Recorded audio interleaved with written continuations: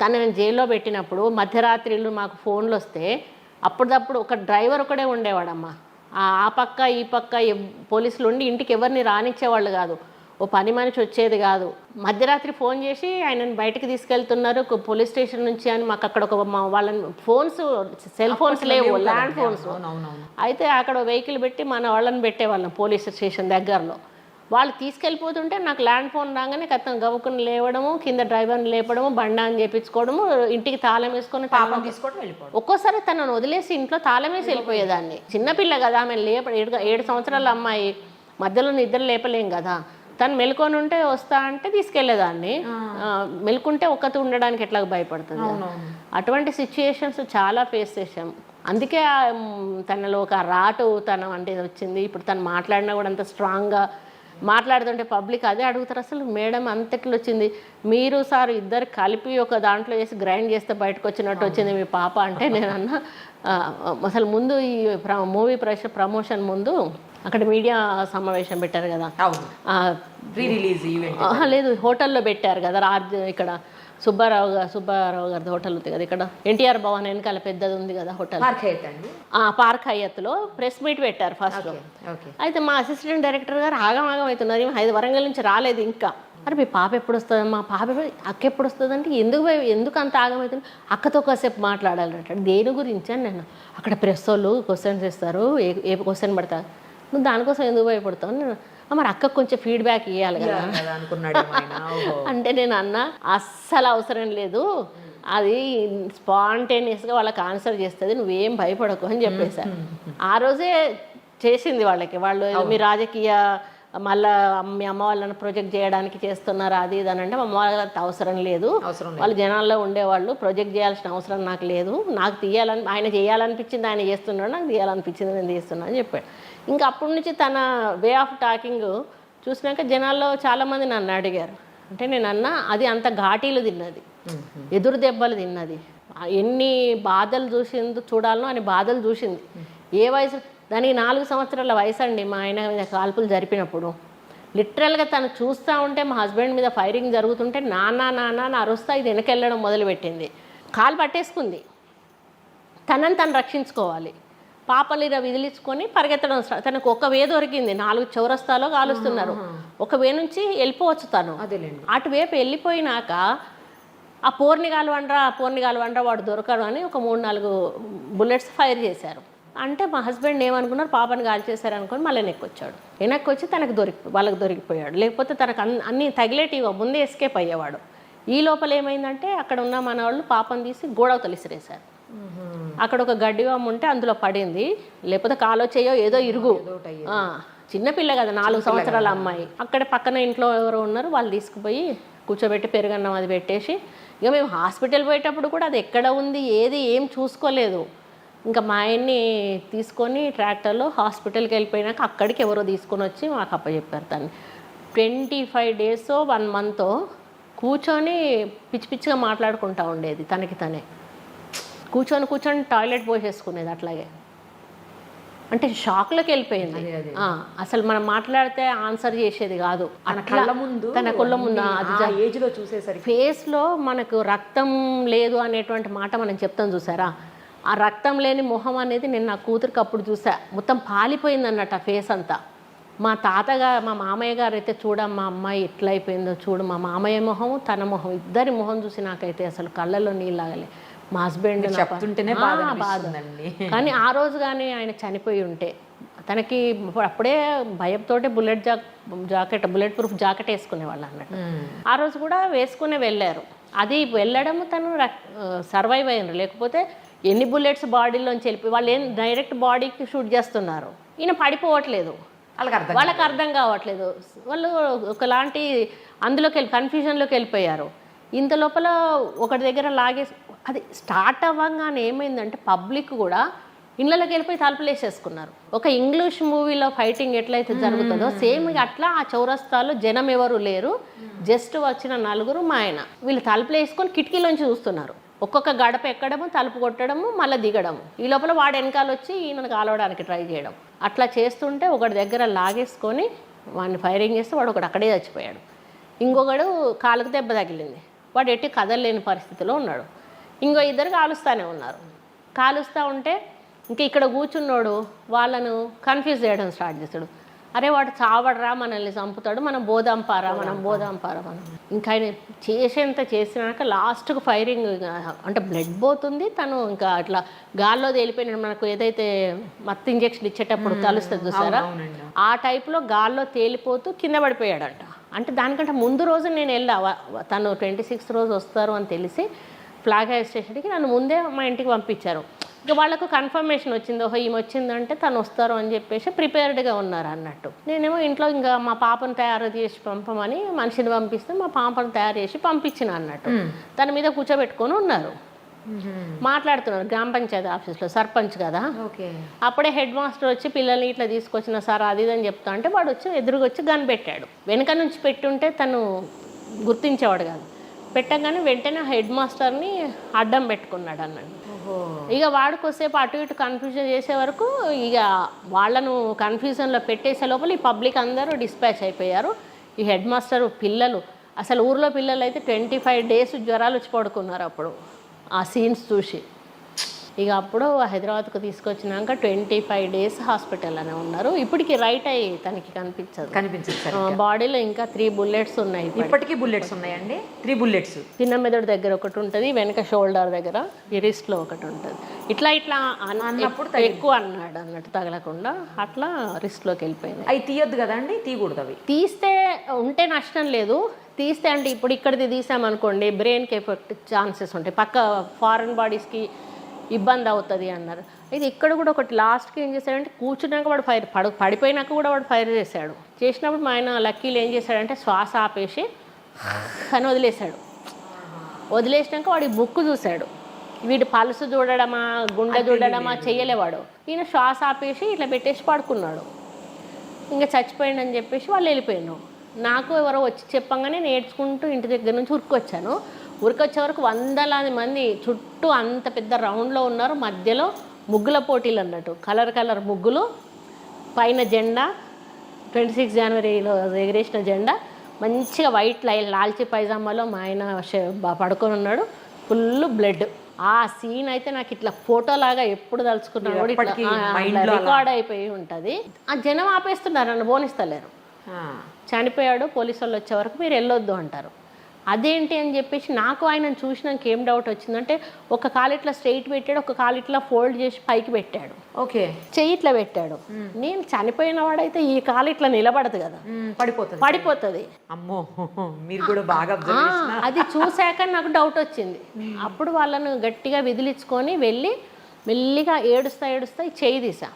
నేను చెయ్యి తీస్తూ ఉంటేనే ఆయన కళ్ళు తెరిశారు. ఇక నిప్పు కణికలు 2 కళ్ళల్లో బ్లడ్ ఇట్లా ఊరిపోయి అసలు ఆ ఫేస్ చూసే వరకు అంత భయం వేసింది. నా మాట విన్నాక అప్పుడు అడిగారు వెళ్ళిపోయినరు అందరూ అంటే, వెళ్ళిపోయినట్టు అప్పుడు మా ఊరోళ్ళు నాకు 3-4 కొట్టిన, బాగా కోపం వచ్చి, అట్లీస్ట్ ఆయన చనిపోయాడో బతికాడో కూడా మీరు చూడరా అని చెప్పి కొడితే, అక్క ఇప్పుడే అంటే నా అదృష్టం ఏంటంటే ఒక 2 నిమిషాలు నేను ముందు వచ్చినా కూడా అక్కడ ఎవరున్నది నేను చూడకపోయేదాన్ని. బతికే ఉన్నాడు అని అరుస్తున్నాను. అంతేగా మరి మళ్ళీ వచ్చి కాల్చేవాళ్ళు వాళ్ళు. అది కూడా కరెక్టే. అది నా అదృష్టం అనుకోవాలి. వాళ్ళు ఇప్పుడే వెళ్ళిపోయారు అక్క అని అంటే, కార్ డ్రైవర్ ఎటో వెళ్ళిపోయాడు, వారు తాళాలు జేబులు వేసుకొని ఎట తీసుకుపోవాలో తెలియట్లేదు. అక్కడ ఒక ట్రాక్టర్ ఉంటే పాపం ఆ డ్రైవర్ వెంటనే ఊర్లలో ఉంటాయి కదా ట్రాక్టర్స్, తిప్పి పెట్టమనగానే తిప్పి పెట్టాడు.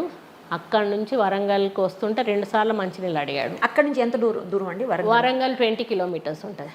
20 kilometers ఉంటుంది. 2 times వాటర్ తాగారా మధ్యలో? ఒకసారి ఊరు దాటుతుంటేనే అడిగారు.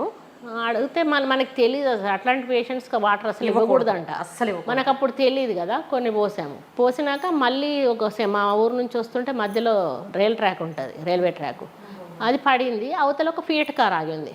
ఇంకా నేను ఇది ఎత్తేస్తా ఉంటే ఏమవుతుందంటే వీటిలోంచి బ్లడ్ కారిపోతుంది. ట్రాక్టర్ ఎత్తేస్తాం. నేను దిగి ఉరికేసి రైల్వే ట్రాక్ క్రాస్ చేసేసి వాళ్ళు దిగి కింద నిలబడ్డారు. ఇంకా వాళ్ళ కాళ్ళ మీద పడిపోయి మీ కాలు మొక్కుతా, మీ దండం పెడతా, మీరు కారు ఇవ్వండి, నా భర్తను బతికించండి అని నేను అరుస్తూ ఉన్నా. వాళ్ళు ఏమన్నారంటే, లేదమ్మా మేము వచ్చేదే సార్ ఫంక్షన్కి, అక్కడ ముగ్గుల పోటీలు పెట్టింది మేము రమ్మంటేనే సార్ వచ్చారు, లేకపోతే రాకపోతుండే, తీసుకెళ్ళండి అమ్మా మా కారు మేము ఉండిపోతామని కారు ఇచ్చాడు. వెనక సీట్లో ఇన్ని వండబెట్టుకొని తల ఒళ్ళో పెట్టుకొని ఇంకా నేను పల్స్ పట్టుకొని కూర్చున్నా. మీరు నమ్మండి నమ్మకపోండి, ఈ చెయ్యి పట్టుకొని కూర్చున్నా. ఏ క్షణంలో ఊపిరాగిపోద్దా అని చెప్పేసి. అక్కడి నుంచి వరంగల్కు తీసుకొస్తా ఉంటే మధ్యలో మళ్ళీ ఒకసారి వాటర్ అడిగారు. మళ్ళీ ఇక దగ్గర ఆపి పోసాము. ఈ హార్న్ కొడతా ఉంటే హార్న్ స్టక్ అయిపోయింది.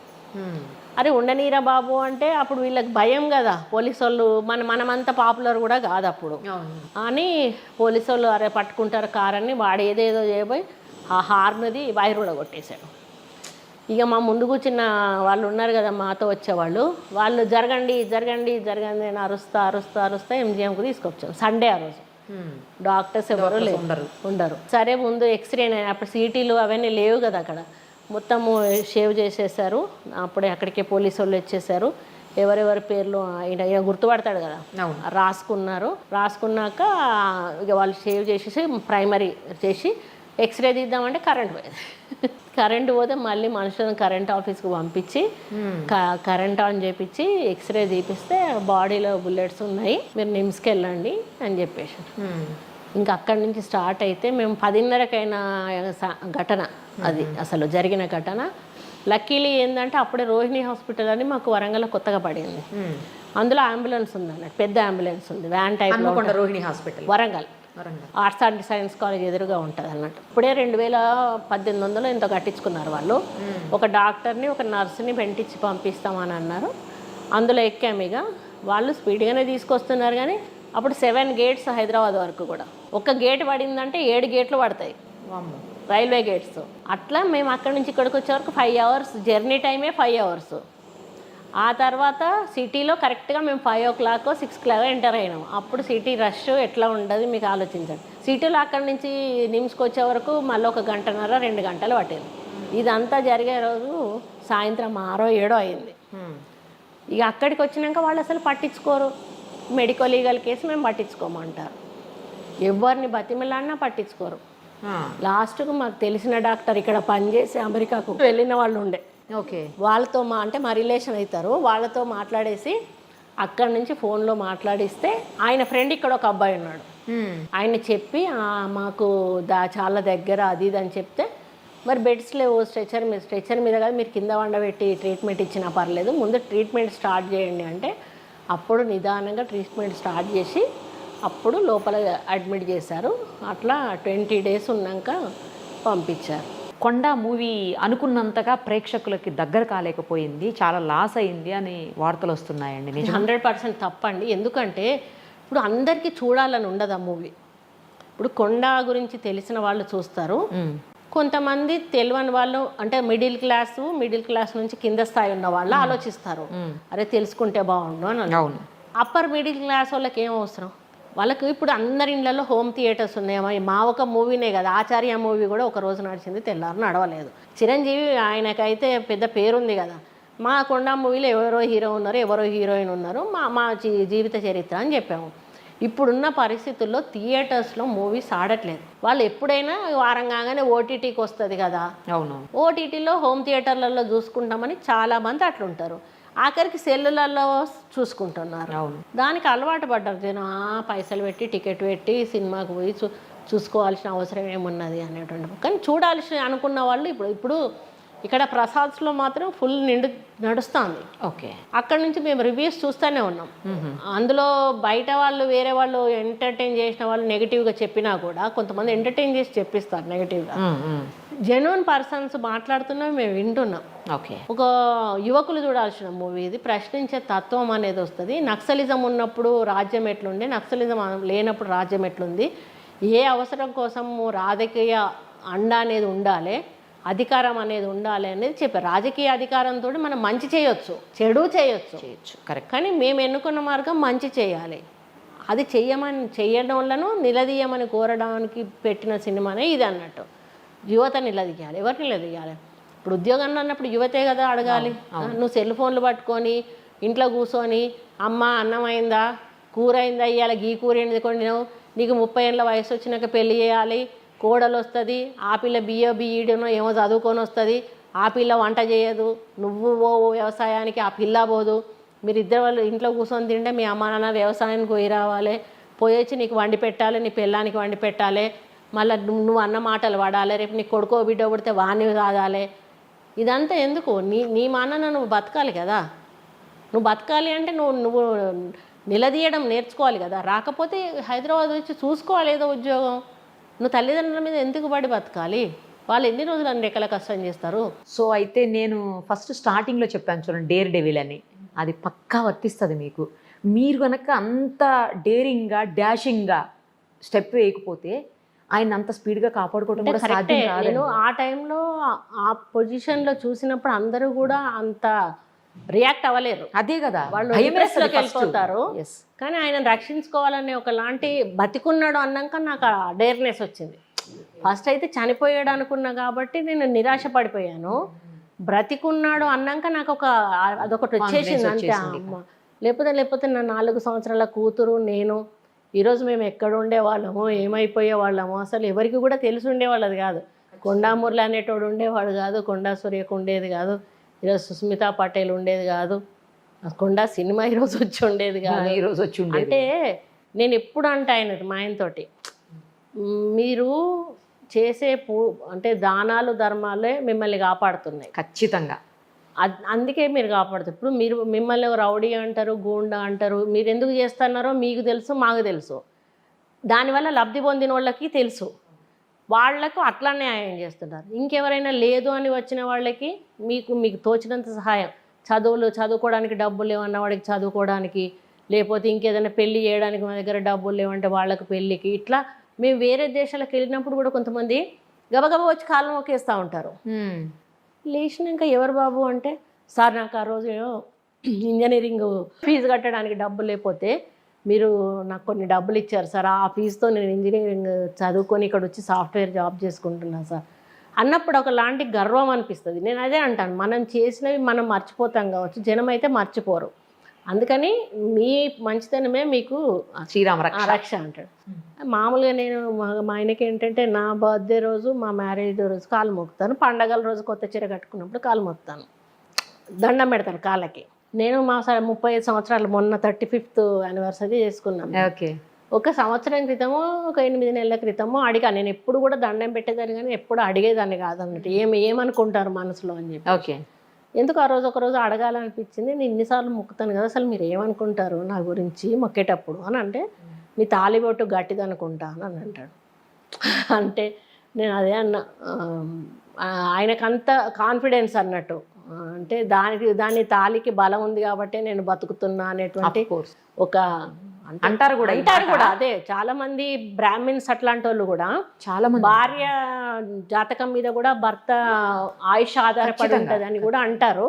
నేను రెండు అంట, నాది ప్లస్ ఆయన పుణ్యాలు కూడా, ఆయన దాన ధర్మాలు కూడా అని నేనైతే నమ్ముతాను.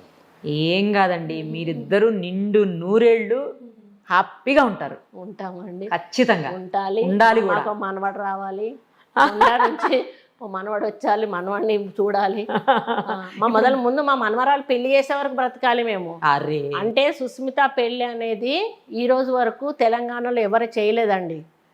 1,00,000 మంది వచ్చారు ఆ రోజు పెళ్లికి. రాజశేఖర రెడ్డి గారు వచ్చారు. 8-9 ఎకరాల్లో మొత్తం మనము పందిరేసేసి ఓపెన్ ల్యాండ్లో వరంగల్లో. లేకపోతే సరిపోరు కదా, వరంగల్లో అంత పెద్ద ఫంక్షన్ హాల్స్ ఉండవు కదా. 450 గొర్రెలు కోసాం మేము. అబ్బా అబ్బా అబ్బా అబ్బా. కోస్తే పక్కన ట్రైన్ ట్రాక్ ఉంటుంది మా వంచనీరు పక్కన. అలా ట్రైన్ ట్రాక్ లాక్కొని ట్రైన్స్ నుంచి వచ్చి 2-3 ట్రైన్స్ వాళ్ళు కూడా జనాలు దిగి తినిపోయారు.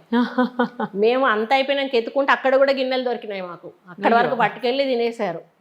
ఇప్పటికీ పాప పెళ్లి గురించి హైదరాబాద్లో తను షాపింగ్ చేస్తూ ఉంటుంది కదా, చాలా మంది అక్కడ నుంచి వచ్చి ఇక్కడ పనులు చేసే వాళ్ళు ఉంటారు కదా వరంగల్ వాళ్ళు, చూడంగానే మేడం మీరు సుస్మిత మేడం కదా అంటే, ఇప్పుడంటే అందరు గుర్తుపెడతారు, ముందు గుర్తుపట్టకపోయేది కదా. అవును అని అంటే, మేడం ఏం పెళ్ళి మేడం మీ పెళ్ళి, అసలు మీ పెళ్ళికి వచ్చి మేము చూసి ఎంత హ్యాపీ. అయితే తిరిగి చూసే వరకు డెకరేషన్ చేసిన ఒక్క చెట్టు లేదు, ఒక్క పువ్వు లేదు. ఏమయ్యాయి? అన్ని భుజాల మీద పెట్టేసుకొని వెళ్ళిపోతున్నారు, తీసుకుపోయారు. ఒకడేమో బకెట్ పట్టుకుపోతున్నాడు, ఒకడేమో మగ్గు పట్టుకుపోతున్నాడు. అయ్యేం చేసుకుంటారా బాబు అని నేను అడిగితే, మేము కొండా సురేఖ మేడం, కొండా మురళి సార్ బిడ్డ పెళ్లికి వచ్చినాడు, మాకు గుర్తుండదు కావచ్చు. ఓకే. మొత్తం ఖాళీ చేసేసారు డెకరేషన్. వాళ్ళకి డబ్బులుగా కట్టడానికి మాకు మస్తు పైసలు అయినాయి. కొంతమంది అన్నము వాటిల్లో టవల్స్లో కట్టుకొని వెళ్ళిపోయారు, కొంతమంది తలకాయ కూరలు అవి ఉంటాయి కదా, వాళ్ళు తినేంత తిన్నారమ్మా, తినేంత పుష్టి. అసలు నిజంగా చెప్పాలంటే మా పాప వాళ్ళ అత్త వాళ్ళు ఒక ముద్ద పెట్టలేదు, మేము ఒక ముద్ద పెట్టలేదు. మేము అసలు స్టేజ్ మీద లేము. పెళ్ళి అయినాక అక్షింతలు ఎవరు పంచి పెట్టారో గబుక్కునే మొత్తం జనమంతా స్టేజ్ మీదకి వచ్చేసారు. వచ్చేసినాక ఇంకా తోసుకుంటున్నారు, బ్యారికేడ్స్ ఇరిగిపోతున్నాయి, స్టేజ్ ఎక్కడ కింద పడిపోద్దు. మేముంటే ఒక్కొక్కరు ఏం చేస్తున్నారు, బుట్టల నుంచి తీసి తలంబరాలు పోసినట్టు పోసేస్తున్నారు ఈమెకి అక్షింతలు బదులుగా. ఇంకా నేనేమో చేతితో పంచిన సాధ్యమైనంత వరకు నా చేయి పడిపోయే పరిస్థితికి వచ్చింది. ఇంకా మేము ఉంటే కుదరదని చెప్పేసి మా ఆయన నేను కిందికి దిగి వెళ్ళిపోయాం. నాగబెల్లి చేస్తారు కదా పెళ్ళి అయిపోయి, అవును, ఆ టైంలో మేము స్టేజ్ మీద కూడా లేము. అయ్యో, పిల్లగాన్ని తీసుకుపోవడానికి ఒక బండిలో మా ఆడబడుచు, డ్రైవరు, పిల్లగాడు, అంతేగా. డప్పు చప్పులు పోయే పరిస్థితి లేదు, మొత్తం రోడ్డు జామ్ అయిపోయినాయి. ఈమె బయటికి వెళ్ళి ఇంటికి వెళ్ళే వరకు ఇంటి దగ్గర ఎవరు లేరు. ఇంటికి ఒక చాకలైన కాపలా పెట్టేసి వచ్చాము. ఇక మా ఆడబిడ్డ వాళ్ళని కూర్చోబెట్టి నేను ఇప్పుడే వస్తాను పైకి వెళ్ళేసి దేవుడి ఇంట్లో మళ్ళీ ఆ మంగళారతి ముట్టించుకొని కిందికి వచ్చి ఆ ఎర్ర నీళ్ళు తీసుకొని వచ్చి ఆ చాకలాయన ఉంటాడు కదా, అరే బాబు మిత్తి తిప్పరన్న అంతోడు చెప్పి నా డప్పు చప్పులు లేవు, వాయిద్యాలు లేవు, ఇంట్లోకి తీసుకొచ్చేసింది ఆ పిల్లగాన్ని. మరి తీసుకుపోయి రూమ్లో కూర్చోబెట్టేసింది. ఇంకా మా అల్లుడేమో వాళ్ళ అమ్మ వాళ్ళకి ఫోన్ చేసి ఈ కొత్తగా తినకు బాబు, అవును అమ్మ రాండే, అమ్మ నాకు ఎట్లా ఉన్నది, వాళ్ళేమో ఊరుకోరా మాకు ఆకలైతే మేము వండుకుంటున్నాం తిన్నాక వస్తామని వాళ్ళు అంటారు. ఆ రోజు వరంగల్లో హోటళ్ళన్నీ ఫుల్లు, అసలు వాళ్ళకి మామూలు గిరాకీ కాదు. ఇంకెవరైనా వేరే రిలేషన్ ఉన్నోళ్ళు మేము వస్తాను వండి పెట్టండి అని వీళ్ళు పోయేవరకు వండి పెట్టించుకొని తిన్నారు అన్నట్టు. ఆఖరికి ఒక అన్ని దేకీసలు, ఒక్కొక్క వంట వండిన దేకీసలన్నీ ఒక వ్యాన్లో ట్రాలీలో పెట్టించుకొని సాయంత్రం 6-6:30 ఏమో మా ఇంటికి తెప్పించి పెట్టాము. ఆ భోజనం వాళ్ళు రాత్రి తిన్నారు పాపము. మా అల్లుడు ఏం తిన్నాడంటే, ఇంట్లో ఇప్పుడు మీరు చూసారు కదా కుక్కలు ఉంటాయి కదా, పామేరియన్ ఉండేది అప్పుడు. మేము వెళ్ళిపోతున్నాం కదా, దానికి అన్నం పెట్టాలి కదా. అంటే మామూలుగా జనాలు వేరే వంట వండుతారు కుక్కలకి, మేమేమో మనం వండిన అన్నంలోదే తీసి దానికి పెడతాం అన్నట్టు. అదే బియ్యం కొంచెం గ్లాసులన్నీ పెట్టి ఉన్నది, పిల్లోడికి పెరగటం తినిపించాలి కదా. మాట అన్నం కలిపి పెడితే ఇప్పటికీ మా అల్లుడు అంటాడట కదా, నాకు కుక్కలకు వండిన అన్నం తినిపిస్తా. చిట్టి ఫస్ట్ మీ ఇంటికి వచ్చినప్పుడు నాకు కుక్కలకు వండిన అన్నం పెడతా, నేను జీవితంలో మర్చిపోను, మిమ్మల్ని క్షమించను అని అంటాడు. ఇంకా మాకేం భయం వేస్తుంది, అప్పగింతల టైం అవుతుంది, వీళ్ళు వస్తలేరు, నాకేమో తిండి పెట్టలేదని భయంతో ఆ బాలికి వీళ్ళు వస్తలేమో అని నేను టెన్షన్ పడతా ఉన్నా. అయితే ఆఖరికి పిలవంగా మెల్లగా వచ్చారు వీళ్ళు. ఇంకా వచ్చినాక ఇక్కడ ఒక సీన్ క్రియేషన్, మా ఆయనకి అప్పగింతలు పెట్టంటే బెడ్రూమ్లో పెడితే వాళ్ళు పెట్టుకున్నాడు, ఇక బయటకు వస్తలేడు. అమ్మాయి వెళ్ళిపోతుంది, అమ్మాయిని పంప అంటాడు. అదే వెళ్ళిపోతాను. అసలు అంతగా ముందు పెళ్లి చూపులు అంటే ఏం చేశాడు, నేను చూపించాను నా బిడ్డను, ఎవరి మీదంటే నేను కూర్చోబెట్టాను అంటాడా. అరే పెళ్లి చూపు చూడకుండా అబ్బాయిని అనుకున్నాం, ఓకే అనుకున్నాం, వాళ్ళిద్దరైతే చూసుకోవాలి కదా, నేను చూపించాను, చేసుకుంటే చేసుకున్నాడు లేకపోతే లేదంటాడు. ఆఖరికి మేము బుద్ధిగరించి ఏదో ఒక మార్గంలో వాళ్ళిద్దరు చూసుకునేటట్టు చెయ్యండి అంటే ఏం చేసిండంటే, ఇదొక వింత, ఇట్లాంటి పెళ్లి చూపులు ఎవరికి ఉండవు. తునిలో ఒక ఆశ్రమం ఉంటుంది స్వామి గారిది, ఇది శృంగేరి మఠానికి సంబంధించిన స్వామి గారిది, శృంగేరి సరస్వతి ఆయనలో ఒక పీఠాధిపతులలో ఒకరు అన్నాడు. ఆయన మనకు గురువు అన్నట్టు. అక్కడ అన్నవరం ఉంటుంది కదా, అయితే మా దరిద్రం ఏంటంటే అంతకుముందు అన్నవరం ఎందుకో మేము పోయినప్పుడు అనుకోకుండా మేము దర్శనం, మా పాప నేను మా ఆయన దర్శనం చేసుకున్నాం. సత్యం అనేది ఎట్లుంటుంది అనేది మీకు ఇక్కడ తెలుస్తుంది. మేము వెళ్ళినాక ఏం చేసిండంటే పూజ అదంతా చేసేసి ఏంటి ఏమంటారు కదా, శీఘ్రమేవా వివాహ ప్రాప్తిరస్తు అని అన్నారు. శీఘ్రమేవా వివాహ ప్రాప్తిరస్తు అని పాపంది. నేను వాళ్ళని పిచ్చోళ్ళలాగా చూసినాను, దానికి 18 ఏళ్ళు ఉన్నాయి, మాకు పెళ్ళి ఆలోచన లేదు, ఏం లేదు. వీళ్ళేమో అల్లుడు అంటారు, ఇది జరిగే పనేనా అనుకున్నాం. 6 months తిరగలేదండి అసలు అనుకోకుండా ఈ సంబంధం కలిసిపోయింది. మళ్ళీ పెళ్లి చూపులు అక్కడే అరేంజ్ చేశాడు మా ఆయన అన్నవరంలో. ఏంటి అంటే మేము పోయి ఒక హోటల్లో ఉన్నాము, వీళ్ళకు 2 vehicles అరేంజ్ చేసాము, వీళ్ళని కూడా అక్కడికి రమ్మన్నాము. మా రూమ్స్లో మేము ఉన్నాము, వాళ్ళ రూమ్స్ వాళ్ళు ఉన్నారు, వాళ్ళ పోయిన వాళ్ళు చేసిన కింద హోటల్కి వెళ్ళి తినడమే కదా. పొద్దున మేము వెళ్ళి స్వామి గారి దగ్గర కూర్చున్నాక లోపల స్వామికి రూమ్లో ఒక చాప వేసాడు, అటు ఒక చాప ఇటు ఒక చాప. అవును, అట్లే కూర్చోబెట్టి. అదో వేస్తారు కదా జంపకానాలు. అవును. మేము కూర్చున్నాక మళ్ళీ ఫోన్ చేస్తే పిల్లగానోళ్ళు వచ్చి వాళ్ళు కూడా అందులో కూర్చున్నారు. ఆ పద్ధతిలో స్వామీజీ ముందు ఫస్ట్ టైం ఎవరికి జరగదు అట్లా. ఇక అప్పుడు వీళ్ళు ఇక ఇద్దరు స్వీట్లు పంచుకుంటున్నారు. వీళ్ళని అడిగింది లేదు పెట్టింది లేదు. మా పాప అంటది, అట్లీస్ట్ మమ్మల్ని నచ్చిందని మీరు అడిగారు, అడగలేదు. ఎవరికాడు స్వీట్లు బయటకు వచ్చారు. పంచుకున్నాక ఇక ఏం చేస్తారు, వీళ్ళిద్దరు బయటకు వచ్చారు. ఇక మాట్లాడుకోవాలి కదా. అదే కదా. ఇక వచ్చినప్పుడు మా పాప ఫస్ట్ ఆయన ఒక 3 క్వశ్చన్స్ చేసిందంట. మొదటిది నా కూతురు పడితే నేను కొండా పేరే పెట్టుకుంటా, ఇంకో పేరు పెట్టుకోను. సరే ఓకే అన్నాడట. నిన్ను అనే పిలుస్తా అని ఇంకొకటి అన్నాడు. అంటే ఇంకొకటి 3 పెట్టిందంట. సరేలే అదేం లేదు. అప్పుడు తను మెడిసిన్, అబ్బాయి పాపం 3rd 4th ఇయర్, ఇది మెడిసిన్ ఫస్ట్ ఇయరే పాప, ఫస్ట్ ఇయరే పాపం. ఇక అప్పుడు 18 పెళ్ళి అయినాక 6 monthsకి 19 వచ్చినాయి. అంటే 11th మ్యారేజ్ అయింది, 26th తనకి 19 వచ్చినాయి అన్నట్టు. ఇక అట్లా వాళ్ళది ఆ పెళ్ళి అనేది ఒక మరపురాని ఘటన. మళ్ళీ అది మరిపించాలి అంటే మళ్ళీ మనవరాలి పెళ్ళి మరిపించాలి. నీ మనవరాలదే అదే ప్లేస్ లో వాళ్ళ అమ్మను మించిన పెళ్లి చేసి. ఆయన ఇప్పుడు డాక్టరేనండి, అంటే రేడియాలజిస్ట్, వర్కింగ్. ఇక్కడ ముందు కుక్కట్పల్లిలో ఉండేది. ఇక ఇక్కడ మనకు అట్మాస్ఫియర్ నచ్చలేదు. మళ్ళీ ఆయన టెన్షన్ ఎక్కువ తీసుకుంటా ఉండే. అందుకని వద్దులే అని మానేసాము. అసలు ఫస్ట్ వరంగల్లోనే పెట్టే ఆలోచన ఉండే, కానీ తనకు హైదరాబాద్లో పెట్టాలన్న ఇష్టంగా ఉంటే ఇక్కడ పెట్టాము. మళ్ళీ కరోనా ఫస్ట్ వేవ్లో ఖాళీగా ఉన్నాడు, అప్పటికి అమ్మేసాం మనం. ఇది కొంత లాస్ అయినా పర్లేదు, టెన్షన్ వద్దు బాబు అమ్మేసాము.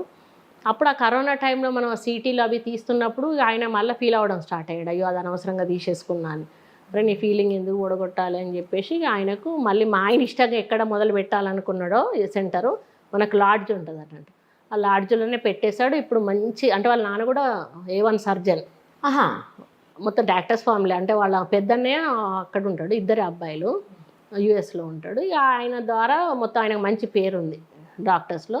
ఇంకా దాదాపు ఇక అందరు ఇక్కడికే పంపిస్తారు కాబట్టి తొందరగా క్లిక్ అయిపోయింది. చాలా బిజీ ఇప్పుడు అక్కడ వరంగల్లోనే. పాప కూడా వాళ్ళ అత్త వాళ్ళ ఇంట్లో ఉంటుంది.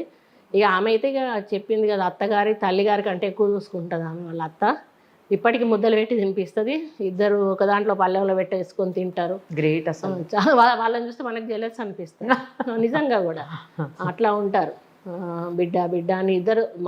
వాళ్ళ మామయ్య కూడా బేటా మించి దిగడు, చాలా బాగా. ఏదన్నా ఉంటే కూడా దీన్ని డిస్కషన్ చేసి, ఇప్పుడు మొన్న వాళ్ళ బావగారి కూతురికి శారీ వేరింగ్ ఫంక్షన్ అయింది, కంప్లీట్గా ఇది ఆర్గనైజ్ చేసింది.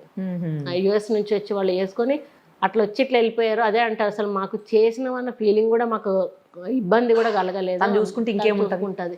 బయట కొండ శ్రేష్ఠ అని అందుకే ఉందా అండి మనమరాల పేరు? అదే కొండ శ్రేష్ఠ పటేల్. అవును, మనమరాల పేరు. మా అత్తమ్మ పేరు పెట్టుకున్నారు. అంటే పిలవడం ఇంట్లో చెన్న అని పిలుస్తారు. మా అత్తమ్మ పేరు చెన్నమ్మ. అయితే చెన్న అని పుట్టినప్పటి నుంచి అట్లా పెట్టుకుని. ఏం చదువుతుందండి పాప?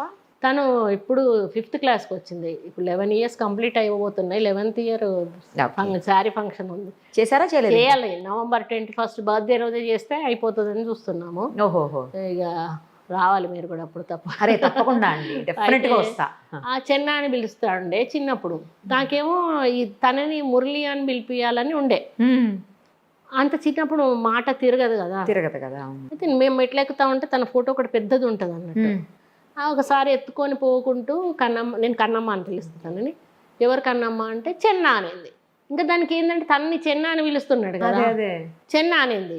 ఇంకా అప్పటి నుంచి ఇద్దరు కూడా చెన్న అని పిలుచుకుంటారు ఒకరినొకరు. చూసే వాళ్ళకి నవ్వు వస్తుంది, అదేంటి ఈయన అదే పిలుస్తున్నాడు ఆమె అదే పిలుస్తున్నది అని అంటున్నారు. మా అత్తమ్మ పేరు పెట్టినందుకు 100కు 200% ఆమె క్యారెక్టర్ అట్లా దింపేసింది. ఇంకా అంతేనా? అమ్మో, అసలు ఆ కమాండింగ్, అసలు మొత్తం మెంటాలిటీ నరాన్ని అసలు ఆమె ప్రతి అడుగులో కనిపిస్తుంది. ఎక్కడ తేడా రానియదు. అక్కడే చదువుకుంటుందండి? లేదు, ఇక్కడ ఓక్రిడ్జ్ అమ్మ. మళ్ళీ ఇప్పుడు 2 ఏళ్ళ నుంచి ఆన్లైన్ కదా. ఇప్పుడు స్టార్ట్ అయినాయి కదా. అదే ఇప్పుడు స్టార్ట్ అయినాయి. ఇప్పుడు 8th నుంచి 7th నుంచి ఏమో వాళ్ళ స్కూల్ ఉంది, వచ్చేస్తుంది. ఇప్పుడు నేనుండుడా నా కూతురు ఉండడా, ఇది ఒక కన్ఫ్యూజన్. ఎందుకంటే రాజకీయాల్లో నేను తిరగాలి. ఇప్పుడు హస్బెండ్ వదిలేసి ఇక్కడ రావాలి, ఆయన అక్కడ ఉండాలి. ఆయన ఒక రోజు ఉండకపోతే కుదరదు. పనివాళ్ళ దగ్గర ఆమెకి వీళ్ళు ఉండాలని ఏం లేదు, మనమేమో మనం కనిపెట్టుకొని ఉండాలని ఉండడమే. చిన్నప్పటి నుంచి అట్లా అలవాటు చేసేసినాము. వీళ్ళు వాళ్ళు అనేది ఏం లేదు. ఎవరింటికైనా పోయి ఎక్కడైనా పోయి పడుకోమంటే పడుకుంటుందా. వాళ్ళ అమ్మ దగ్గర పుట్టినరోజు నుంచి కూడా పడుకోలేదు. ఫస్ట్ డే 1 నుంచి కూడా నా దగ్గరే పడుకుంటుంది. ఇప్పుడైనా నాతోటే పడుకుంటుంది. ఒక కరోనా టైంలో కొన్ని రోజులు వాళ్ళు ఇక్కడ చిక్కుపడిపోయినారు.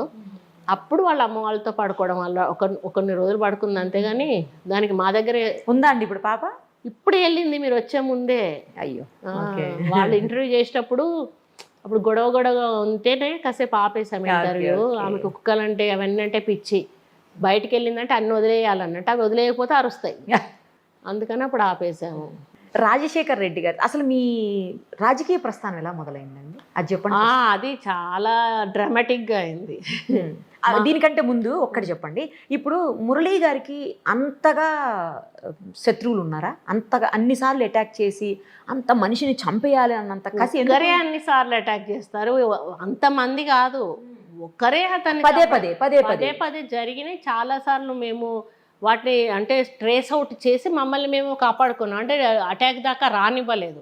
అది కూడా ఆ రోజు మనకు ఇన్ఫర్మేషన్ రాలే, అసలు దొరకలే. ఉండుంటే ఆ రోజు మేము ఎస్కేప్ అయ్యేవాళ్ళము. తర్వాత తెలిసింది ఏంటంటే ఆ రోజు వాళ్ళు రెక్కీ కోసం వచ్చారు, నెక్స్ట్ టైం అటాక్ చేద్దామని వచ్చారు. ఆ రోజు కొంచెం తాగేసినాక ఇంకేందిరా కొట్టేస్తే అయిపోతుంది కదా అని చెప్పి వాళ్ళు కొట్టేశారు. ఉన్నారండి ప్రత్యర్థులు అక్కడ? ఎవరు లేరండి. ఆ చనిపోయిన శవాన్ని కూడా ఎవరు తీసుకెళ్ళలేదు, అక్కడే వదిలేస్తారు. ఎంజిఎంలో వదిలేస్తారు. పోలీసు వాళ్ళే చేసేసారు. అంటే వాళ్ళు జనశక్తికి సంబంధించిన వాళ్ళు, వీళ్ళు పెద్ద నాయకులు వాళ్ళని నడిపించి చంపించే ప్రయత్నం చేశారు. ఓహో, ఇప్పటికీ వాళ్ళ వెనకాల పెద్దల హస్తమే ఉంది, వాళ్ళ హస్తం కాదు. అది అంత ప్రత్యర్థులుగా అంత శత్రువులుగా ఎందుకు మారారండి అసలు? అంటే ఇప్పుడు వంచనగిరి అని పక్కన షాయంపేట అండి, మా 2 గ్రామాలు. ఓకే, ఈ 2 గ్రామాలు వర్ధన్నపేట నియోజకవర్గంలో ఉన్నాయి. అప్పుడు అన్నీ ఒక ఆర్డర్లో లేకుండే నియోజకవర్గాలు అన్నీ కూడా. ఒక మండలాన్ని 2 గ్రామాలు, ఒక మండలాన్ని 2. అప్పుడు ఏం చేశారంటే అక్కడ ఉన్న వాళ్ళు ఏ గ్రామాలలో వాళ్ళ పట్టుందో ఆ గ్రామాలను తీసుకొని మిగతా గ్రామాలను వదిలేసి అట్లా ఒక నియోజకవర్గాన్ని తయారు చేసుకున్నారు. నేను షాయంపేటలో ఉన్నప్పుడు 7 మండలాలు 8 మండలాలతో నాకు కనెక్షన్ ఉండేది. ఒక మండలంలో ఒకటే గ్రామం, కొత్తపేట అనే గ్రామం. ఒక సంఘం మండలంలో మొత్తం ఉంటాయి, అందులో 2 గ్రామాలు ఇవి అన్నట్టు మా 2. ఓకే, ఇవి వర్ధన్నపేటకి వెళ్ళిపోతాయి. మా ఓటు మేము వేసుకోలేదు అసలు అప్పుడు. అట్లా ఆ 2 గ్రామాల మధ్యలో కొంత గ్రూపు తగాదాలు ఉండేవి. ఆ గ్రూపు తగాదాల వల్ల అవతల గ్రూప్ వైపు ఆయన సపోర్టింగ్, యువతల గ్రూప్ వైపు మనం సపోర్టింగ్. ఆ యొక్క ఏదైతే గ్రామ తగాదాలు వాళ్ళకి ఎందుకు అంటే ఏమంటారు అంటే వాళ్ళని మించి మేము ఉండాలి అంటారు కదా, అట్లా దాన్ని అంటారు. పెత్తనమ్మ ఏదో సంథింగ్ అట్లా మాది నడవాలి వాళ్ళని నడవద్దు అన్న పద్ధతిలో వాళ్ళకు వీళ్ళకు మధ్యలో తగాదాల్లో వాళ్ళు అంటే ఫస్ట్ మా ఆయన తెలుగుదేశంలోనే ఉండే మొదట ఉన్నప్పుడు ఈయన ఏం చేశాడంటే ఈయన కొంచెం పాపులారిటీ వస్తుంది అని చెప్పేసి ఏదో ఒక మీటింగ్లో ఈయన ఎమ్మెల్యే అయినాక మురళి ఒక ఎస్ఐ ఇస్తాడు అని బాగా తిట్టాలి అని చెప్పిండట. ఎమ్మెల్యే చెప్పినాక తిట్టకుండా ఉంటారు, ఇక మనం ఎంత ధైర్యంగా ఉంటుంది. ఈయన తిట్టేసినాక సాయంత్రం ఈయన తీసుకుపోయి కమ్మేస్తారు పోలీస్ స్టేషన్లో. మర్నాడు వదిలిపెట్టారు. మర్నాడు ఎప్పుడు వదిలిపెట్టారు, ఈయన వచ్చి విడిపించాడు. విడిపించినాక ఈయన పోయి డైరెక్ట్ డిఎస్పీ దగ్గర పోయి, సార్ నేను ఏం తప్పు చేశాను, నన్ను ఎందుకు పట్టుకొచ్చాను. ఆయన కాపు కొంచెం ఆ కమ్యూనిటీ ఫీలింగ్లో మురళి ఇది పరిస్థితి, దయాకర్ రావే పట్టించాడు, దయాకర్ రావే విడిచిపెట్టాడు అని చెప్పాడు. అప్పుడు మా ఆయనకు అర్థమైంది, ఓహో అంటే నన్ను ఎదగనీయకుండా చేస్తున్నాడు అని. అప్పుడు వచ్చేసాడు ఆయన. వచ్చి ఇందులో కాంగ్రెస్లో జాయిన్ అయినాక తెలుగుదేశంలో ఉన్నప్పుడే తను వైస్ ప్రెసిడెంట్ అయినాడు, సర్పంచ్. అప్పుడు సర్పంచ్లే వైస్ ప్రెసిడెంట్ ఎన్నుకునేవాళ్ళు, ఎంపీటీసీ వ్యవస్థ రాలే అప్పుడు. Okay okay. అయితే మండల్ రిజర్వేషన్స్ ఉండేటివి. అప్పుడు మండలంలో ఎస్సీ రిజర్వేషన్ అయింది, తిని ఎంపీపీ కాలేకపోయారు. అందుకని వేరే అతన్ని ఎంపీపీ చేసి తిని వైస్ ప్రెసిడెంట్ అయ్యారు. ఓకే. పాప కడుపులో ఉన్నప్పుడు సర్పంచ్ అయ్యాడు. పాప పుట్టినాక 8వ రోజు వైస్ ప్రెసిడెంట్ అయ్యారు. అప్పుడు దయాకర్ రావు వచ్చి ఈయనను కావాలిచ్చుకొని ఇదంతా చేసి అప్పుడు ఆయనకి తెలిసిందన్నట్టు, ఓహో వీడికి ఎదుగుతున్నాడు అని అట్లా చేశాడు. చేసినాక ఇంకా ఆయన అర్థం చేసుకొని బయటకు వచ్చినాక అప్పుడు మేము కాంగ్రెస్లో ఉన్నాం కదా, డ్రాలు తీస్తారు కదా మళ్ళీ. అప్పటికి ఎంపీటీసీ వ్యవస్థ వచ్చింది ఇక మళ్ళీ నెక్స్ట్ ఎలక్షన్స్. డ్రాలు తీసినప్పుడు బీసీ జనరల్ వచ్చింది. ఇంకా మా హస్బెండ్కి ఛాన్స్ ఉంది కదా ఎంపీపీగా పోవడానికి. ఆయన ఊర్లలోకి వెళ్ళారు ప్రచారానికి. అప్పుడు ఇంకా ఈ దయాకర్రావును కడియం శ్రీహరి ఇద్దరు తెలుగుదేశంలో ఉండేవాళ్ళు. మళ్ళీ వీడు ఎంపీపీ అయితే మళ్ళీ మనకి ఇబ్బందే కదా అని మళ్ళీ డ్రాస్ చేంజ్ చేశారు. చేసినప్పుడు బీసీ లేడీ వచ్చింది. ఇంకా అప్పుడు ఇంటికి ఆయన వచ్చినాక ఇట్లా మళ్ళీ మధ్యరాత్రి చేశారంట అని సాయంత్రం 7-8 తర్వాత చేశారన్నట్టు అప్పటికప్పుడు చేంజ్ చేశారు దొంగతనంగా. నేను చెప్పంగానే తను కొంచెం అప్సెట్ అయ్యారు ఫస్ట్. అయినాక మళ్ళీ తనను తనుగా కొంచెం ధైర్యం తెచ్చుకొని ఎందుకు డిసప్పాయింట్ అవ్వాలి, నువ్వు ఉన్నావు కదా నిన్ను నిలబెడతా. అసలు నాకేమీ తెలీదు.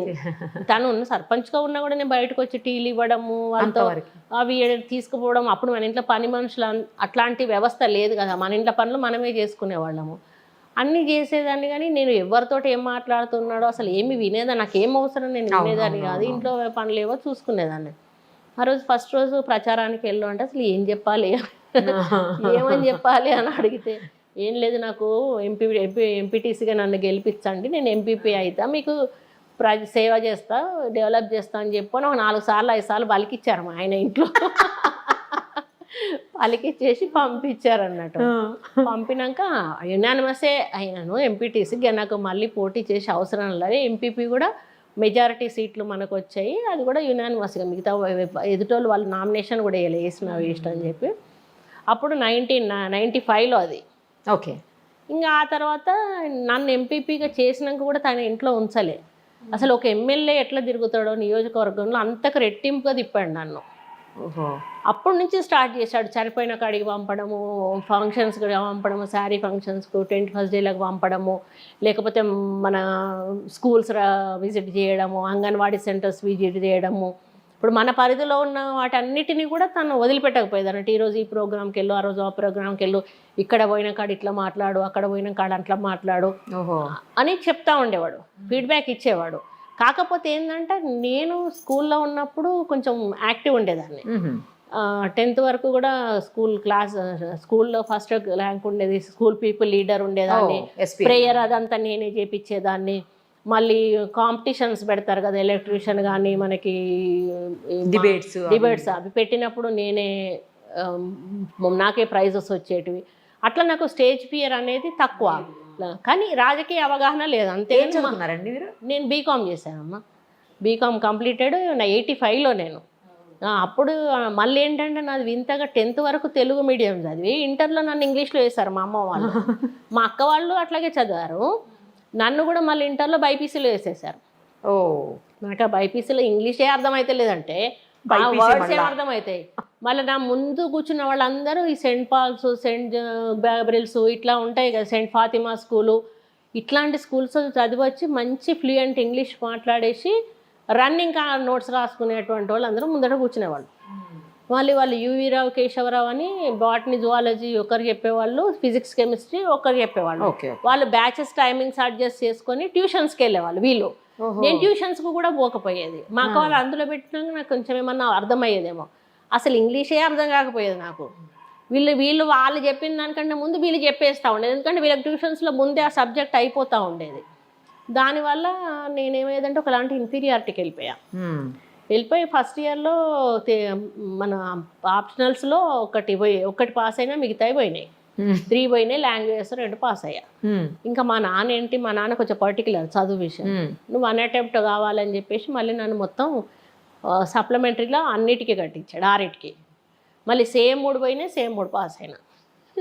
ఇంకా చూడండి మళ్ళీ యాన్యువల్కి 9 రాయాలి, ఈ 3 రాయాలి. ఇక చూడు, నాకు ఫస్ట్ క్లాస్ స్టూడెంట్ నేను ఫెయిల్ అవుతానేమో, ఫెయిల్ అయితే సొసైటీ ఏమనుకుంటుంది, నేను చచ్చిపోతా కావచ్చు, నేను చచ్చిపోవాలేమో, ఇట్లా భయపడేది అన్నట్టు ఫెయిల్ అయితే అట్లా.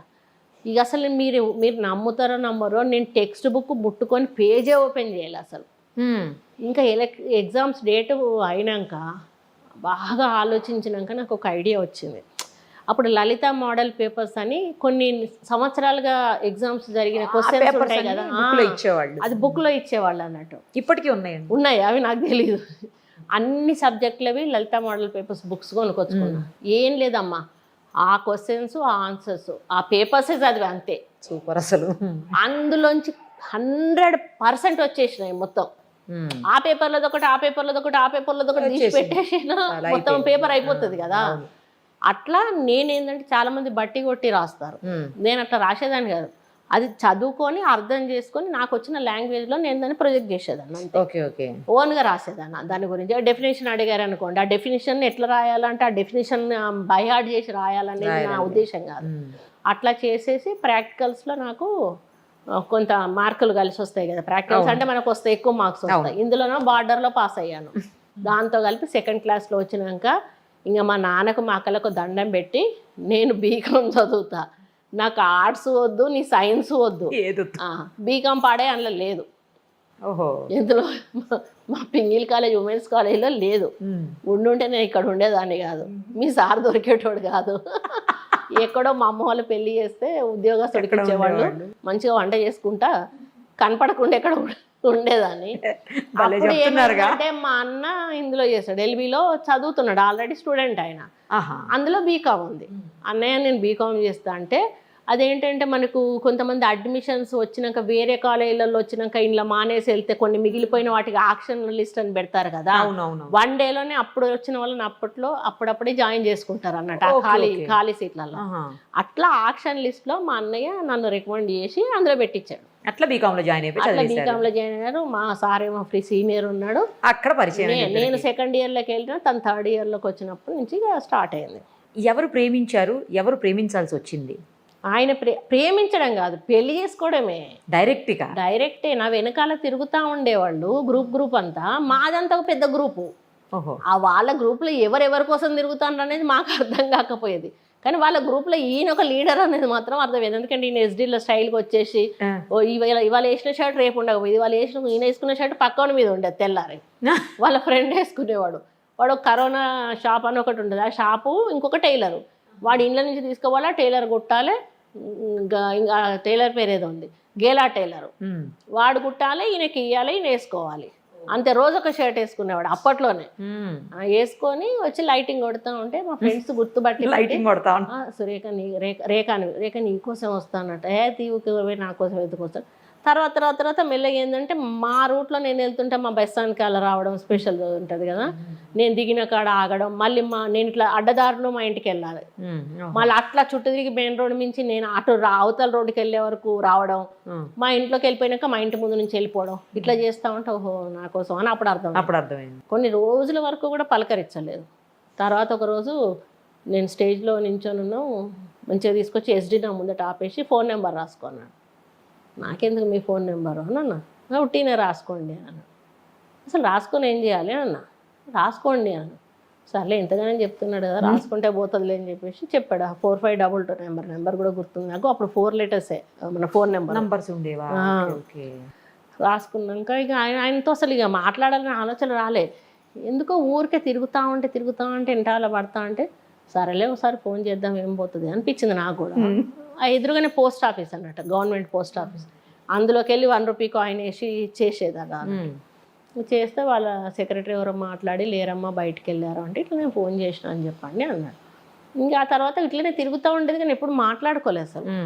నేను షటిల్ ప్లేయర్ని, చాలా ఇప్పటికి కూడా నాకు ఇష్టం షటిల్ అంటే బాగా. చాలా అక్కడ అంటే మేము ఇంటర్ కాలేజ్ కాంపిటీషన్స్లో బాగా పాల్గొనేదాన్ని.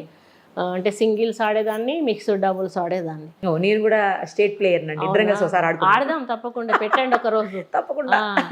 అయితే మేము ఇండోర్లో ప్రాక్టీస్ చేసేవాళ్ళం, బయట చేయలేం కదా గాలి వస్తూ ఉంటుందని. కాజుపేటలో ఇండోర్ స్టేడియం ఉంటే ఒక 2 డేస్ మాయమైపోయాడు, ఎటో ఊరు వెళ్ళాడు, సడన్గా అక్కడ ప్రత్యక్షమయ్యాడు. నేను లోపల ఉన్న, తను వచ్చింది కూడా నాకు తెలీదు. బయట ఎస్డీ ఆపి స్టాండ్ వేసి ఎస్డీ మీద కూర్చొని లోపలికి ఒక మనిషిని పంపించి రమ్మని చెప్పు అని అన్నాడు. నేను వెళ్ళి ఎదురు నిలబడ్డాను. నిలబడగానే ఏమో రమ్మన్నారంటే ఎందుకు అని అంటే ఏం లేదు నేను మిమ్మల్ని పెళ్లి చేసుకుందాం అనుకుంటున్నాను. ఇక డైరెక్ట్ అడిగారు. నాకు అదే నచ్చింది తన దగ్గర. ప్రేమిస్తున్నాము అని అంటే అది మనం నమ్మడానికి కూడా ఉండదు కదా. అనగానే నేను అడిగాను, మా క్యాస్ట్ తెలుసా అని. తెలుసు అంటే అప్పుడు బాగా క్యాస్ట్ ఫీలింగ్స్ ఉంటాయి కదా అంటే తెలుసు. మరి మీ ఇంట్లో ఒప్పుకుంటారా అంటే నేను ఒప్పిస్తాను అన్నారు. అట్లా ఇక మా ఫ్రెండ్షిప్ కంటిన్యూ. ఐ లవ్ యూలు ఈ లవ్ యూలు అట్లా లేవు. అప్పుడేమో వాళ్ళు ఒక బ్యాచ్గా వెళ్ళేవాళ్ళు, మూవీ మేము ఒక బ్యాచ్గా వెళ్ళేవాళ్ళం. అప్పటి నుంచి ఆయనతో నేను ఎస్డీ మీద వెళ్ళేదాన్ని. ఇంకా డైరెక్ట్ లెక్కలేనన్ని సినిమాలు. పెళ్లి తర్వాత ఎప్పుడు చూడలేము సినిమా. అయితే విజయ రెస్టారెంట్ అని ఒకటి ఉండేది, రోజు 500 ఆయనకి ఉనక అమ్మితే, అంటే మిల్లు చూసుకునేవాళ్ళు. వాళ్ళ నాన్న వాళ్ళది మిల్లు ఉండేది, ఈ వడ్లు పడతారు కదా, వడ్లు పట్టి అమ్ముతారు కదా. అయితే ఈ ఉనక గురించి వాళ్ళకి పట్టదు అన్నట్టు, అది వేరు. ఉనక వస్తుంది కదా వడ్లు పట్టిన, మీరు ఊక అంటారు, మేము ఉనక అంటాం. అది అమ్మితే 500 వచ్చేది ఆయనకి. 500 జేబులో పెట్టుకొని వచ్చేవాడు. అప్పట్లో 500 అంటే చాలా ఎక్కువ అండి. 50,000 ఇప్పుడు లెక్క మరి పెట్టుకోవచ్చు. అయితే ఖచ్చితంగా. హోటల్ అనగానే అది పొద్దున డైరెక్ట్ వెళ్ళేసి ఎక్కడ దిగేవాళ్ళం, ఐస్ క్రీమ్ పార్లర్ ఉండేది అక్కడ, కేపీ రెడ్డి అని. అందులో దిగితే పొద్దుటి నుంచి మళ్ళీ నేను స్పెషల్ అక్కడ దిగేదాన్ని. ఇక్కడ గేట్ ముందట దిగకపోయేది. కాలేజ్ దాటినాక ఒక ఫ్రెండ్ని తీసుకొచ్చాడు, నేను ఒక ఫ్రెండ్, వాళ్ళట సుత్తేసుకుంటా కూర్చునేవాళ్ళు. మేము ఇక తినుకుంటే మేము మాట్లాడుకుంటూ మళ్ళీ స్పెషల్ టైం వరకు తింటూనే ఉండేవాళ్ళం ఐస్ క్రీమ్స్. అది ఏంటంటే అలా సిట్టింగ్ కూర్చొని తింటే వాళ్ళు ఎంతసేపు అయినా తినొచ్చు, మనం తినకుండా కూర్చొని ఇయ్యారు కదా వాళ్ళు. అవునవును. అట్లా మనకు ప్లేస్ కావాలి మాట్లాడుకోవాలండి. ఇంకా ఆ తర్వాత విజయ రెస్టారెంట్ అని అటు వెళ్ళేవాళ్ళం. నాతో పాటు 11 మంది 12 మంది వచ్చేవాళ్ళు అమ్మాయిలు వాళ్ళు. ఆయన ఒకరో ఇద్దరు పట్టుకుని వచ్చేవాడు. ఖచ్చితంగా 450 కింద అయ్యేది, 450కి 400 మధ్యలో బిల్ అయ్యేది. చచ్చుకుంటే అది కట్టి వెళ్ళిపోయేవాడు అన్నట్టు. తర్వాత పెళ్ళైనకి ఎందుకు ఒకసారి నేను పోతే, మేడం వస్తలేరేంది పెళ్ళి అయిపోయిందా నా పరువు. మేడం మీరు పెళ్ళి చేసుకున్నారా, రెస్టారెంట్కి వస్తలేరేంది అంటే ఇంకా తర్వాత పోవాల్సిన అవసరమే ఉన్నది, మనకి లేదు కదా, అన్ని పైసలు కూడా ఖర్చు పెట్టుకోవాల్సిన అవసరమే ఉన్నది అని చెప్పేసి పోకపోయేది. అట్లా మా లైఫ్ మీ జీవితంలోకి ఒకరి జీవితంలో చాలా హ్యాపీగా వచ్చాము. కానీ పాలిటిక్స్ వైపు తను పోవడము మా లైఫ్ ఇక్కడికి టర్న్ అయింది. మీది చాలా విచిత్రంగా జరిగిందని ఇందాక చెప్పారు, కొన్ని అనుకోని పరిస్థితుల్లో మీరు రాజకీయాల్లోకి వచ్చానని. ఆ తర్వాత రాజశేఖర్ రెడ్డి గారికి మీరు ఒక బ్రదర్ లాగా ఆయన్ని ట్రీట్ చేశారు. అయితే ఇప్పుడు నేను ఎంపీపీగా అయినాక ఏమైందంటే ఇట్లా నేను పంపించేవాడు కదా జనాల్లోకి, అప్పుడు పబ్లిక్ ఫాలోయింగ్ పెరిగిపోయింది బాగా. ఓహో. అయితే అంతకుముందు మాదట నరసింహారెడ్డి గారు ఉండే మినిస్టర్ ఉండే, అప్పుడు కూడా ఈజుగొండ ఆర్గనైజ్ చేసేవాడు. ఆల్రెడీ వైస్ ప్రెసిడెంట్ కాబట్టి మండలాల అన్ని గ్రామాల సర్పంచులు వాళ్ళందరూ తెలుసు కదా, అట్లా అన్ని విలేజ్లో ఆర్గనైజేషన్ చేసాం. ఆయనకు కూడా మేము ఓటు వేయించాము. మంత్రిగా ఉన్నప్పుడు మురళి గారు ఆయనకు ఓటు వేయించాడు, నేను ఎంపీపీ ఉన్నప్పుడు. అయితే ఆ టైము మధుసూదనాచారి ఆయన నోడగొట్టాడు. అప్పుడు లేరు ఆయన, నేను ఎంపీపీగా ఉన్నప్పుడు గ్యాప్ వచ్చింది ఆయనకి. ఇంకా మేము ఆర్గనైజేషన్ అది చూసి వీళ్ళకి ఇన్ఫర్మేషన్ ఉంటుంది కదా. అయితే ఆయన అప్పుడు ఈ తుంగతుర్తి దామోదర్ రెడ్డి గారు అని ఉన్నారు కదా మినిస్టర్ గారు ఉండే, ఆయనతో మా డీసీసీ ప్రెసిడెంట్కి కబురు పెట్టారు. అక్కడ డీసీసీ ప్రెసిడెంట్ శ్రీనివాస్ రెడ్డి అని ఉండే, ఆయనతో చెప్పి ఇట్లా మురళి అనే అతన్ని పిలిపించండి, వాళ్ళ వైఫ్ ఆయన అంటే నేను మా పాప తను వెళ్ళాము. మొదలు దామోదర్ రెడ్డి అన్న దగ్గరికి వెళ్తే ఆయన ఫోన్ చేస్తే రాజశేఖర రెడ్డి అని ఎత్తి, ఇప్పుడే పైకి వచ్చాను కదా అని అన్నట్టున్నారు. ఒక్క నిమిషం అన్నా మీరు పిలిచారు కదా కలిసి మన వరంగల్ వెళ్ళిపోతారు, అక్కడి నుంచి వచ్చారంటే సరే తీసుకురానన్నారు. మీరు వెళ్ళే వరకు మళ్ళీ పైనుంచి కిందికి వచ్చారు. ఇక్కడ రోడ్డు మీద ఇల్లు ఉండింది వాళ్ళది, ఆ రోడ్డు మీద ఇంట్లో. ఓకే. ఇప్పుడు అదేదో కాంప్లెక్స్ పెట్టి అది వచ్చి ఇట్లా భుజం తట్టి, మురళి బాగా చేస్తున్నావు, ఇంకా డెవలప్ చేసుకో, ఫ్యూచర్ ఉంటుంది, నెక్స్ట్ టైం మీకు సీట్ ఇస్తా తప్పకుండా అని చెప్పి అప్పుడే చెప్పారు. అప్పుడే చెప్పేశారు. చెప్పినాక ఇంకా మనకి తెలుగుదేశం గవర్నమెంట్ కదా అప్పుడు. అవును.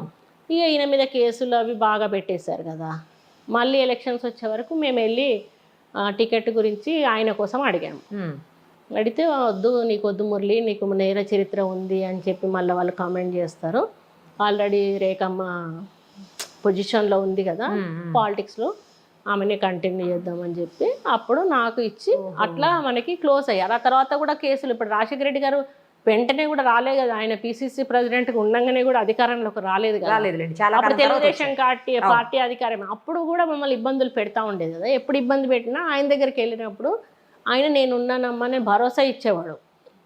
అది మనకి ఆయనతో మంచి ఆత్మీయతను పెంచింది అన్నట్టు, ఒక మంచి లీడర్ మనకు దొరికాడు అనేటువంటి అది ఉండేది మాకు. రాజశేఖర రెడ్డి గారిలో మీకు బాగా నచ్చేదంటే ఏంటండి? ఆయన ఒక మనిషిని ఎత్తుకున్నాడంటే దింపడమ్మా, నువ్వు తప్పు చేయని ఒప్పు చేయని నిన్ను అట్లాగే ఎత్తుకుంటాడు ఆయన, దింపడు, ఎత్త బరువైన దింపడు ఆయన. ఆయన దగ్గర నచ్చిన గుణం అదన్నట్టు. దానికి ఉదాహరణ నేను చెప్తా. నేను మా హస్బెండ్కి గన్మెన్స్ తీసేసినప్పుడు అసెంబ్లీలో గొడవ జరిగింది. మీకు ఐడియా ఉండకుండొచ్చు, మీకు తెలియదు, అది బాగా గొడవ జరిగింది. ఆ రోజు నేను ఏడ్చిన, నా భర్తను చంపడానికి ఇట్లా గన్మెన్లను తీసేసి, అది రాజశేఖర రెడ్డి 0 వల్ల రేస్ చేయమంటేనే చేశా. ఆఖరికి మళ్ళీ వీళ్ళు ఏం చేశారంటే మీటింగ్ పెడతారు కదా వాళ్ళది అసెంబ్లీలో, లోపల బీఎస్సీ మీటింగ్ కదా అంటారు. ఆ మీటింగ్ పెట్టినప్పుడు రాజశేఖర రెడ్డి లోపలికి పోయినాక అసలు ఇయ్యమంటే ఇయ్యమని అన్నారు. అంటే నా బాధ్యత, కొండ మురళి ఏదన్నా చేస్తే దానికి నేను రెస్పాన్సిబిలిటీ తీసుకుంటా అని చెప్పి మళ్ళీ అసెంబ్లీలోకి వచ్చి ఆ నిండు సభలో కూడా చెప్పాడు, ఆయనకి గన్మెన్లు ఇవ్వండి, ఆయన ఏం చేసినా నేను రెస్పాన్సిబిలిటీ తీసుకుంటాను. ఆ తర్వాత ఒక కేసు జరిగింది. జరిగినాక ఆయన ఏమంటాడో అన్నటువంటి ఒక భయంతో నేనే ఫోన్ చేయాలి ఆయనకి. ఆ కేసులోనే మా హస్బెండ్ని చాలా ఇబ్బంది పెట్టారు. ఇట్లా నేను చెప్పే కదా, ఊర్లలో తీసుకొస్తారు, బేడీలేసి ఊర్లలో తిప్పడము, నడి చౌరస్తాలో బట్టలు ఇప్పించి మొత్తం నేకెడ్గా బట్టలు ఇప్పించి 7-8 ఆ టైంలో నడి చౌరస్తాలో పొయ్యే వాళ్ళందరినీ ఆపి వాళ్ళందరి ముందట కొట్టారు. కొట్టి రక్తాలు గారేటట్టు. ఇంకా మన ఏదైతే జ్యుడిషియల్కి తీసుకున్నప్పుడల్లా వారం రోజులు అట్లా తీసుకొని ఇట్లా వెనక చేతులు బేడీలు వేసేసి డ్రాయర్ మీద ఒక్కొక్క రోజు ఒక్కొక్క ఊర్లో తిప్పేవాళ్ళు. ఒకరోజు మా ఊర్లో కూడా తిప్పి ఎవరి కేసు అయితే ఉందో వాళ్ళ ఇంటి ముందుకు తీసుకెళ్ళారు. వాళ్ళు ఈయన మీద అటాక్ చేయాలని చెప్పి, ఎట్లనైనా చంపాలి అని చెప్పేసి. అప్పుడు మా ఊళ్ళో గ్రామస్తులందరూ తిరగబడి పోలీసు జీపు కాలబెట్టి గొడవ చేస్తే వెనక్కి తీసుకొచ్చారు.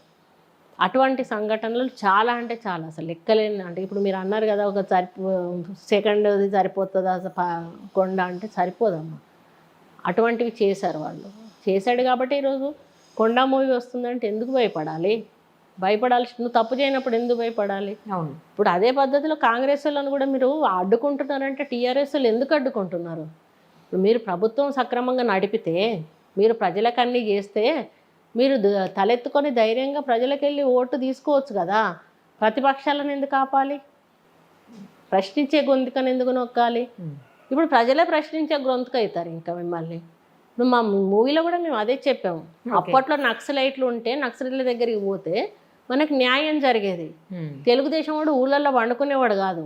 ఈరోజు టీఆర్ఎస్ నాయకులు ఊళ్ళల్లో వండుతున్నారు, ఊళ్ళల్లో దౌర్జన్యాలు దోపిడీలు చేస్తున్నారు. వాళ్ళు నిలదీసేవాళ్ళు కానీ అడిగేవాళ్ళు కానీ ఎవరు లేరు. హద్దు పద్దు లేకుండా దోచుకు తింటున్నారు. మరి అడిగాల్సింది ఎవరు? ఇప్పుడు నక్సలైట్లు లేరు కాబట్టి ప్రజలు అడగాలి. అప్పుడు నక్సలైట్ల ఉద్యమం అట్లా ఉండేది. నక్సలైట్ ఒక మాట చెప్పిండంటే ప్రజలు వినేవాళ్ళు. కానీ ఇప్పుడు వాళ్ళ లేనప్పుడు మనకు అండగా ఉండాలి, మన కుటుంబానికి అండగా ఉండాలి. ఇప్పుడు నీ ఇంట్లో ఉద్యోగం వస్తుంది అనుకున్నాం, వచ్చిందా? నీ 57 ఏళ్ల తల్లికి పింఛన్ వస్తుంది అనుకున్నాం, వచ్చిందా? నీకు డబుల్ బెడ్రూమ్ ఇల్లు వస్తుంది అనుకున్నాం, వచ్చిందా? నువ్వు దళితుడు అయితే నువ్వు 3 ఎకరాల భూమి వస్తుంది అనుకున్నాం, వచ్చిందా? ఇప్పుడు నీ ఇంట్లోనే 4 సమస్యలు ఉన్నాయి కదా, నువ్వెందుకు అడుగుతలేవు? మరి ఉద్యోగం కోసము సికింద్రాబాద్లో ఒక అబ్బాయి చచ్చిపోతే దాన్ని టీఆర్ఎస్ వాళ్ళు రాజకీయం చేయడం ఏంటండి? మరి ఉద్యోగం కోసం చచ్చిపోయిన వాళ్ళ దగ్గరికి ఎందుకు వెళ్ళలే మీరు? ఆత్మహత్యలు చేసుకున్న వాళ్ళు తెలంగాణలో ఉన్నారు కదా, రైతులు ఉన్నారు కదా, వాళ్ళు మనవాళ్లే కదా, మరి ఎందుకు వెళ్ళలేదు? అదే సెంట్రల్ గవర్నమెంట్ మీద బీజేపీ మీద ఏదో బట్టగాల్చి మీదేసి దాన్ని క్యాచ్ చేసుకోవాలన్నటువంటి శివరాజకీయం చేసి 200 రూపాయలు ఇచ్చి డబ్బులు ఇచ్చి మనుషులను పిలిపించి టీఆర్ఎస్ జెండాలు పట్టుకొని శవాలు మోసి ఆయన మీద టీఆర్ఎస్ జెండా కప్పి ఈరోజు కేంద్రాన్ని బదనాం చేస్తే దీన్ని ఏమంటారు? మరి అదే వాళ్ళని ఎందుకు పోయలేదు? మీరు తెలంగాణ ఇచ్చిన ఉద్యోగస్తులు ఒక ఉద్యోగం కోసమే కదా, మరి ఎందుకు తెప్పి ఇయ్యలేదు వాళ్ళకు ఉద్యోగం? వాళ్ళ చావుకి ఎందుకు మీరు కారణమైనరు? రైతుల రుణమాఫీ చేస్తామని చేశారా? రైతులు ఎందుకు చచ్చిపోతున్నారు? రాజశేఖర రెడ్డి కాలంలో రుణమాఫీ అంటే ఏకదమ్ ఒకటేసారి ఒక ఆర్డర్ ఇచ్చి పారేసిండు. నువ్వు ఎందుకు ఇస్తలేవు అట్లా? తెలంగాణ తెచ్చుకునేది ఎందుకోసము? ఈరోజు మళ్ళీ ఏమొచ్చిందంటే ప్రజలకి, ఆ రోజు తెలంగాణ కోసం పోరాటం చేసినాము, సోనియా గాంధీ అర్థం చేసుకున్నది, ఆత్మహత్యలు చేసుకుంటున్నారు పిల్లలని ఇచ్చింది. ఆంధ్రప్రదేశ్లో తన ఉనికి పోతుందని తెలిసి కూడా ఇచ్చింది. ఇచ్చిన దానికి ఈరోజు ఏమైంది? ఒక దొరల గడిలో బందీ అయిపోయింది తెలంగాణ. మళ్ళీ విముక్తి కోసం పోరాడాల్సిన పరిస్థితి వచ్చింది మనం. అంటే ఇప్పుడు ఈ పోరాటం ఏం పోరాటం? తెలంగాణ విముక్తి పోరాటం చేయాలి మనం. అది చేయాలంటే ఎవరి నుంచి స్టార్ట్ అవ్వాలి? యూత్ నుంచి స్టార్ట్ అవ్వాలి. ఇప్పుడు శ్రీలంకలో రాజపక్సేని దింపేశారమ్మా. అవును. నచ్చనప్పుడు మనం నచ్చని దాన్ని దింపాలి అంటే అక్కడ వేరే సిస్టమ్ ఉంది, ఇక్కడ వేరే సిస్టమ్ ఉంది. అక్కడ ఎప్పుడంటే అప్పుడు దింపుతారు, కరెక్ట్. కానీ మనం ఎప్పుడు దింపుతాం? ఎలక్షన్లు వచ్చినప్పుడు దింపాలి. ఆ హక్కుతోటి దింపాలి, ఓటు హక్కుతోటి దింపాలి. ఆ హక్కును మీరు సద్వినియోగం చేసుకోవాలి. సద్వినియోగం చేసుకోవాలంటే వాళ్ళల్లో వాళ్ళకి ఆలోచన రప్పించాల్సిన వాళ్ళు ఎవరు? యువత. వెళ్ళాలి, ఇంటింటికి వెళ్ళి చెప్పాలి. అప్పుడు మీరు తెలంగాణ కోసం ఇంటింటికి వెళ్ళి ఎట్లా చెప్పారో, ఈరోజు ఈ తెలంగాణ కాదు మనం కోరుకున్నదని చెప్పి వాళ్ళను చైతన్యవంతం చేసి ప్రజలకు సేవ ఇప్పుడు ఖచ్చితంగా కాంగ్రెస్ పార్టీ వస్తేనే ఇచ్చిన తెలంగాణకు న్యాయం జరుగుతుందమ్మా. మేము ఇచ్చింది దేనికోసం? ఉద్యోగాలు రావాలి, నీళ్ళ కోసం. ఇప్పుడు నీళ్ళు, కాళేశ్వరం నీళ్ళు ఎక్కడికి పోతున్నాయమ్మా? ఎన్ని లక్షల పంటలు పండుతున్నాయి? ఎన్ని కోట్ల రూపాయలు మీరు దానికి కరెంటుకు ఖర్చు పెడుతున్నారు? ఎన్ని లిఫ్ట్లు పెట్టారు? కేసీఆర్ ఏమన్నాడు? మనకు ఒక సంవత్సరం దాటితే ఈ రోజు వరకు మనం రెప్పేయకుండా కరెంటు బంద్ కాకుండా ఇస్తున్నాము. నెక్స్ట్ ఇయర్ మనం అమ్ముతాం, వేరే రాష్ట్రాలకు కరెంట్ అమ్ముతాం, మనకు కోట్ల రూపాయలు వస్తాయి అన్నాడు. ఈరోజు నువ్వు ఇస్తున్నావు ఎక్కడన్నా? కిరాయికి ఇస్తున్నావు నీ కరెంటును? నువ్వు ఇంకా కొంటున్నావు అధిక ధరతోటి, పక్క రాష్ట్రాల నుంచి లిఫ్ట్లను మెయింటైన్ చేయడానికి కొంటున్నావు. ఎవడబ్బా సొమ్మని కొంటున్నావు నువ్వు? ఆ డబ్బా అంత ఎవరిది? పబ్లిక్లు కాదా? ఆ డబ్బే పెట్టుంటే ఈరోజు ఒక్కటండి, భగీరథ మిషన్ భగీరథ, మున్సిపాలిటీ నుంచి నీళ్ళు వచ్చిన దానికి ఈరోజు భగీరథ నుంచి నీళ్ళు వచ్చిన దానికి తేడా ఏం లేదండి. జనంలో నువ్వు ఎన్ని కోట్లు పెట్టావు? 44,000 కోట్ల రూపాయలు పెట్టావు. 44,000 కోట్ల రూపాయలు ప్రజలకు ఖర్చు పెడితే ఒక 50 గజాలున్నా ఒక షెడ్ వేసుకునేదా? ఒక ఇల్లు కట్టుకునేదా? లేని వాళ్ళకి ఎవరికన్నా పైసలు ఇస్తే వాళ్ళు బతుకు తెరువు చూసుకునే వాళ్ళకి ఇంత నేను ఒక్కటి అడుగుతా, బీసీ కార్పొరేషన్ లోన్ ఇచ్చారా? ఎస్సీ కార్పొరేషన్ లోన్స్ ఇచ్చారా? ఎస్టీ కార్పొరేషన్ లోన్స్ ఇచ్చారా? ప్రతి సంవత్సరం అయితే కొంతమందికి ఈ లోన్స్ అయితే వచ్చేటివి కదా, లోన్స్ మీద వాళ్ళ జీవనోపాధి కల్పించుకొని వాళ్ళు బతికేవాళ్ళు కదా. ఆ సిస్టమూ లేదు. నువ్వు ఉద్యోగం ఇయ్యవు, కనీసం ఇల్లు కట్టి ఇయ్యవు, దళిత పెన్షన్ ఇయ్యము. బాగా ఎవరు అమలు చేయట్లేదు. దళిత బంధు ఎవరికి ఇస్తున్నారండి? ఒకసారి లిస్ట్ తీయమానండి. టీఆర్ఎస్ నాయకులను బాగు చేసుకోవడానికి దళిత బంధు ఇస్తున్నారు. దానివల్ల ఎవరికి నష్టం? ఆయనకే నష్టం. రేపు మిగతా వాళ్ళందరూ దళితులు ఏం చేస్తారు? ఒక టీఆర్ఎస్ వాళ్ళకి ఇస్తే మేము వాడికి ఎందుకు ఓటేయాలని చెప్పి రేపు వెయ్యరు వాళ్ళు. వీళ్ళు చేసే ప్రతి కార్యక్రమం అంతేనండి. ఇప్పుడు నిన్నెవరు అడిగారు మాకు బతుకమ్మకు చీరలు ఇవ్వమని, రంజాన్ పండుగకు బట్టలు ఇవ్వమని? నువ్వు అదే రంజాన్ పండుగకు ఒక ఇంట్లో సరిపోయేంత ఒక సరికి ఇచ్చి రేషన్ షాప్ నుంచి అయ్యా ఈరోజు మంచిగా కడుపున వండుకొని తినండి అంటే ఆశీర్వదిస్తారు నిన్ను. నువ్వు ఎక్కడో నేషనల్ హీరోలు నేతన్నకు మేము పని కల్పిస్తున్నామని చెప్పి సూరత్ నుంచి పనికిరాని చీరలు రోడ్డు మీద కూడా బట్టలు అమ్మే వాళ్ళు కూడా కట్టుకున్నటువంటి చీరలు తీసుకొచ్చి వాళ్ళకి జనాలకి ఇస్తే నువ్వేమో మీ ఇంట్లో కట్టుకుంటారా? అది మీ ఇంట్లో పని మనుషులైనా కట్టుకుంటారా? పోనీ కవిత గారిని అడుగుతున్నాను నేను ఇక్కడ. కవిత గారు స్పందించాలి. ఆమె ఎందుకు స్పందిస్తలేదా? ఎంపీగా ఉన్నప్పుడు బాగా మాట్లాడేది కదా. ఇప్పుడు వాళ్ళ కొడుకేమో ఈడదంతా ఆడబడ్డాడు, ఆడదంతా ఈడబడ్డాడు అని చెప్తాడు కదా ఆయన కేటీఆర్. మరి మా ఏడదంతా ఏడికి వచ్చి పడ్డది? వాళ్ళ చెల్లె కూడా పడ్డది కదా. మరి చెల్లని రూపాయలను వేశారు అని చెప్పి ఆయన కూడా ఓడిపోయిన వాళ్ళు ఇంకో దగ్గర నిలబెట్టాడు కదా, నిలబెట్టకుండా లేడు కదా. ఇప్పుడు నాలుక తాటిమట్ట. ఇప్పుడు నాలుక అంటే ఒకటేలాగా మాట్లాడాలి, తాటిమట్ట అంటే దానికి అంతు పంతు ఉండదు. అప్పుడు తాటిమట్ట, టీఆర్ఎస్ నాయకుల నాలుక అనేది ఒక తాటిమట్ట. వాళ్ళు ఏం మాట్లాడినా చెల్లుబాటు అవుతుంది అనుకోవడం తప్పు. అది ఏదైనా కూడా అణచివేత నుంచే ఏదైతే తిరుగుబాటు మొదలవుతుంది. ఇప్పుడు ఈరోజు మీరు ప్రజలను అణిచివేస్తూ ఉన్నారు, ప్రతిపక్షాలను అణిచివేస్తూ ఉన్నారు. ఈరోజు మన రేవంత్ రెడ్డిని ఆపితే ఎవరికి ఇలా నష్టం అండి? మీ దగ్గరికి రాకుండా వాళ్ళకే నష్టం. నాకు నష్టం ఏం కాదు కదా. నాకు రేవంత్ అన్న నేను పిలుచుకున్నా, ఆయన నా కోసం బయలుదేరిండు, అది ప్రజల్లోకి మెసేజ్ పోయింది. ఆడ ఆపితే ప్రజల్లోకి ఏం మెసేజ్ పోతుంది? అయ్యో కొండ సురేఖ వల్ల మూవీకి పోతే ఆయనకి ఏదో నష్టం జరుగుతుందని ఆయన ఆపాడు అనేటువంటి సింపతి ప్రజల్లో వస్తుంది. నేను పోయిన ఆయన రానందుకు, ఆయనకు పోయి అన్న మిమ్మల్ని ఆపినందుకు, నా కోసం వస్తున్నారు ఆపినందుకు అని తీసుకుపోవడానికి ప్రయత్నం చేసిన పంపా అన్నారు వాళ్ళు. గట్కేశ్వర పోలీస్ స్టేషన్లో తొడగొట్టి మరి అడిగా నేను, నాకు చూపించండి అని అడిగా. నాకు మీకు ఏ రీజన్ తోటి ఆపారో చూపించండి. No answer. మాకు పైనుంచి ఆదేశాలు, మీకు తెలియని ఏముంది వాళ్ళు చెప్తే పంపించి 7 గంటలకంటే 7 గంటలకు. ఆఖరికి ఏం చేశారు, నేను బయటకు వచ్చినాక మళ్ళీ ఇద్దరిని పిలుచుకొని మొదలు ఆమెను వెళ్ళిపోమని, ఆమెను వెళ్ళిపోతే పంపిస్తాం, ఆమె ఉంటే ఆమెను మళ్ళీ అటు తీసుకొని వెళ్తుంది.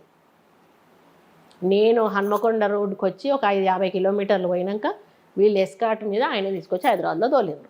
నేను అది లోపల ఉన్నప్పుడు నేను అదే చెప్పిన, రేవంత్ అన్న నువ్వు ఇట్లాంటి ప్రోగ్రాంలు ఉన్నప్పుడు దొంగలాగా దాచుకొని దొంగలాగా బయటికి రా, వాళ్ళు మన దొరలాగా వస్తే మనల్ని ఆగబడతాండ్రు. ఇట్లాంటి కార్యక్రమాలు చేసినప్పుడు మనం దొంగతనంగానే చేయాలి, ఓపెన్గా చేస్తే గిట్లనే చేస్తారు. ఆ రోజు సాయంత్రం హైదరాబాద్కి రాగానే ఏం చేసిండు, గాంధీ భవన్ వెనక గేట్ నుంచి లోపలికి పోయాడు. మన గాంధీ హాస్పిటల్ వెనక గేట్ హాస్పిటల్ మొదటి నుంచి పోతే ఆపుతారు కదా. ఎందుకు ఆపాలి? ఆపొద్దు కదా. వాళ్ళు ఎందుకు పరామర్శించొద్దు? రాజ్యాంగంలో ఎక్కడుంది నీకు అక్కడ ఆపాలని ప్రతిపక్షాలను? నీకు దమ్ముంటే నువ్వు పోయి ఒక్కొక్క కుటుంబానికి 10 లక్షలు ఇస్తావా, 20 లక్షలు ఇస్తావా, లేకపోతే జీవితాంతం వాళ్ళని పెంచి పోషిస్తావా, వాళ్ళ ఇంట్లో ఒక ఉద్యోగం ఇస్తావా? నువ్వు చెయ్యి, మేము ఆపమే. కానీ మమ్మల్ని నువ్వు ఆపడెక్కడిది? కాంగ్రెస్ పార్టీని ఆపడెక్కడిది? నీకు ఎందుకు అంత భయం? నువ్వు మంచి చేసుంటే వెళ్ళు. నేను నీకు డబుల్ బెడ్రూమ్ ఇల్లు ఇచ్చినా, నీకు 3 ఎకరాల భూమి ఇచ్చినా, నీకు ఇంటికి ఉద్యోగం ఇచ్చినా, నీకు 2 ఎకరాలకు నీళ్ళు ఇచ్చినా, నీకు రైతులకు రుణమాఫీ చేసినా, 57 ఏళ్ళకు పెన్షన్ ఇచ్చినా, అని ధైర్యంగా చెప్పుకొని ఓటు అడుగు. నువ్వు అడగలేక నీ చేతగాక ఎదుటోళ్ళను ఆపుడు ఎక్కడిది? రేవంత్ రెడ్డి గారు టీపీసీసీ చీఫ్గా వచ్చిన తర్వాత చాలామంది గాంధీ భవన్కి దూరం అయిపోయారు, వచ్చేటువంటి పరిస్థితులు లేవు, గాంధీ భవన్లోకి అడుగు పెట్టట్లేదు, అసలు గాంధీ భవన్ డోర్స్ కూడా సరిగా ఓపెన్ చేయట్లేరు, క్లోజ్ చేసి పెట్టారండి. దీంతో పాటు అండి ఇంకోటి కూడా, అసలు సీనియర్స్ ఎవరైతే ఉన్నారో సీనియర్ లీడర్స్ ఎవరిని ఆయన కలుపుకుపోవట్లేరు, కేవలం ఆయనకు సంబంధించిన వర్గాన్ని మాత్రమే దగ్గరకు తీసుకొని మిగతా వాళ్ళని పక్కన పెట్టారు, మహిళలకైతే అసలే ప్రాధాన్యత లేదు, ఇవన్నీ మాట్లాడుతున్నారు. వీటికి ఏం సమాధానం కాదండి. ఎప్పుడు ఏంటంటే ఎదుటోళ్ళు మంచిగుంటే, ఇప్పుడు కొంతమంది ఉంటారండి, ఈ భార్యాభర్తలు ఈ ఇంటి పక్కన ఉంటారు, వీళ్ళ భార్యాభర్తలు కలిసి ఉండరు, వాళ్ళల్లో ఏవో గొడవలు ఉంటే ఊరికే గొడవ పడుతూ ఉంటారు. వీళ్ళిద్దరు చిలుక గోరింకల్లాగుంటే వీళ్ళ కళ్ళు ఉంటాయండి? ఏదో ఒకటి చిచ్చు పెట్టాలని చూస్తారు కదా వీళ్ళు. దాంట్లో మేము కొట్టుకుంటామా, వాళ్ళు హాయిగా ఉన్నారు, ఆనందంగా ఉన్నారు అని చెప్పి చిచ్చు పెట్టడానికి ట్రై చేస్తారు. అట్లాంటి చిచ్చే కాంగ్రెస్లో పెట్టే ప్రయత్నం చేస్తున్నారు. ఇప్పుడు రాహుల్ గాంధీ గారు వరంగల్ సభకు వచ్చిపోయిన అంతకుముందు కొంచెం ఉండే, ఎప్పుడైతే మమ్మల్ని 32 మందిని ఆయన పిలుచుకొని ఢిల్లీలో మీటింగ్ పెట్టారో అందులో నేను కూడా వెళ్ళాను. ఆయన చెప్పారు, అవుట్ రైట్గా చెప్పారు, మీరు ఏదున్నా మీడియా ముందు మాట్లాడకండి, మీరు లోపల మాట్లాడుకోండి, మీకు ఒక వింగ్ ఏర్పాటు చేస్తాను, కోఆర్డినేషన్ వింగ్ అని చెప్పి, మీరు ఇలా వింగ్లో సెటిల్ చేసుకోండి, ఆ వింగ్లో సెటిల్ కానీ ఏమైనా ఉంటే వాళ్ళే నా దగ్గరికి తీసుకొస్తారు, ఇక్కడ సొల్యూషన్ నేను చూపిస్తాను, అంతేగాని మనం బయటకు వెళ్ళొద్దు. అటువంటి ఒక ఏఐసిసి నాయకుడు చెప్పినాక వినకుండా ఎవరు ఉంటారండి? 100% ఉండరు. ఆ తర్వాత వరంగల్ మీటింగ్లో మీరు విన్నారు, ఉండాలనుకుంటే ఉండండి, పోవాలనుకుంటే పోండి, కోర్టులో ఉన్నోళ్ళు ఎవరన్నా ఉంటే మేమే పంపిస్తాం, పోతే మీరు పోండి లేకపోతే మేము పంపిస్తాం. ప్రజల్లో ఉన్న వాళ్ళకే సీటు, హైదరాబాద్లో ఉండి రాజకీయం చేసే వాళ్ళకి సీట్ లేదు, సీనియర్లు అనే ఇంపార్టెన్స్ ఇక్కడ లేనే లేదు. ఓకే, చెప్పాడు కదా ఆయన, మీరు ఉండి మీరు ప్రజల్లో ఉండి ప్రజల సమస్యల మీద పోరాటం చేస్తే ఇంత క్లారిటీగా ఏఐసిసి. మళ్ళీ ఇంకొకటి ఏం చెప్పాడు, గతంలో కాంగ్రెస్ పార్టీ టికెట్ అంటే రేపు నామినేషన్ లాస్ట్ అనగా డిక్లేర్ అయిన సందర్భాలు కూడా ఉన్నాయి, ఇంకొక గంటకు ముగుస్తుంది అన్నాక కూడా డిక్లేర్ అయిన సందర్భాలు కూడా ఉన్నాయి. ఆ విషయంలో కూడా ఆయన ఒక క్లారిటీ ఇచ్చాడు. ఏంటి అంటే 6 నెలల ముందే కాంట్రవర్సీ లేని కాన్స్టిట్యూన్స్ అన్నిటి క్యాండిడేట్లను కూడా డిక్లేర్ చేస్తానని చెప్పారు. ఓకే ఓకే, చేసినప్పుడు ఇంకా ఎక్కడ కాంట్రవర్సీ ఉంటుందండి? ఉండదు కదా. ఇక్కడ 2-3 ఆస్పిరెంట్ ఉన్నా కూడా ఆయన పిలుచుకొని మాట్లాడుకొని వాళ్ళని సెటిల్ చేసి టికెట్ ఇచ్చేస్తాడు, అంతేగాని గ్రూపు తగాదాలు అనేటివి లేవండి. అంటే రేవంత్ రెడ్డి గారి అధ్యక్షత లేకపోతే రేవంత్ రెడ్డి గారు ప్రెసిడెంట్గా ఉండటానికి చాలామంది స్వాగతించలేకపోతున్నారు. అంటే ఇట్లా ఆయన కొంచెము జీర్ణించుకోవడం ఎవరికైనా ఇబ్బందిగా ఉంటుంది. ఎందుకంటే గత 30-40 ఏళ్ల నుంచి కాంగ్రెస్ పార్టీలో ఉన్నవాళ్ళు అవతల పార్టీ నుంచి తీసుకొచ్చిన మనిషిని పెట్టుకున్నటువంటి ఫీలింగ్ ఉంటుంది. కానీ మనం ఇప్పుడు ఆ ఫీలింగ్తో ఆలోచిస్తే మనం మొదలు ఆలోచించాలంటే పార్టీ మనుగడ కోసం ఆలోచించాలి, పార్టీ అధికారం రావడం కోసం ఆలోచించాలి, తెలంగాణను మనం ఎట్లా రక్షించుకోవాలనే దాని గురించి ఆలోచించుకోవాలి. ఇవి ఆలోచించినప్పుడు ఆటోమేటిక్గా రేవంత్ రెడ్డి కూర్చున్నాడా, పీసీసీ చైర్లా తెలుగుదేశం నుంచి వచ్చిన ఆయన కూర్చున్నాడా, ఎవరు అనేది పక్కకి వెళ్ళిపోవాలి. అది మన మైండ్లో ఉండకూడదు. అక్కడ ఉన్నటువంటి వ్యక్తి ప్రజాదరణ ఉన్నటువంటి వ్యక్తి ఉన్నాడా, ప్రజల కోసం పోరాడేటువంటి వ్యక్తిత్వం ఉన్నవాడు ఉన్నాడా లేడా, సబ్జెక్ట్ ఉన్నవాడు ఉన్నాడా లేడా, ఇవన్నీ ఆలోచించాలి. అది ఆలోచించినప్పుడు ఖచ్చితంగా మనకు రాజశేఖర రెడ్డి తర్వాత ఉన్నటువంటి ప్రజాదరణ ఉన్నటువంటి నాయకుడిగా ఈరోజు రేవంత్ రెడ్డి గారు కనిపిస్తూ ఉన్నారు. కనిపించినప్పుడు మనం స్వాగతించాలి, తప్పదు. ఇప్పుడు నువ్వు అలిగి కూర్చుంటే రేవంత్ రెడ్డి అయితే దిగిపోడు కదా, దింపరు కదా, దానివల్ల ఎవరికి నష్టం? నీకే నష్టం.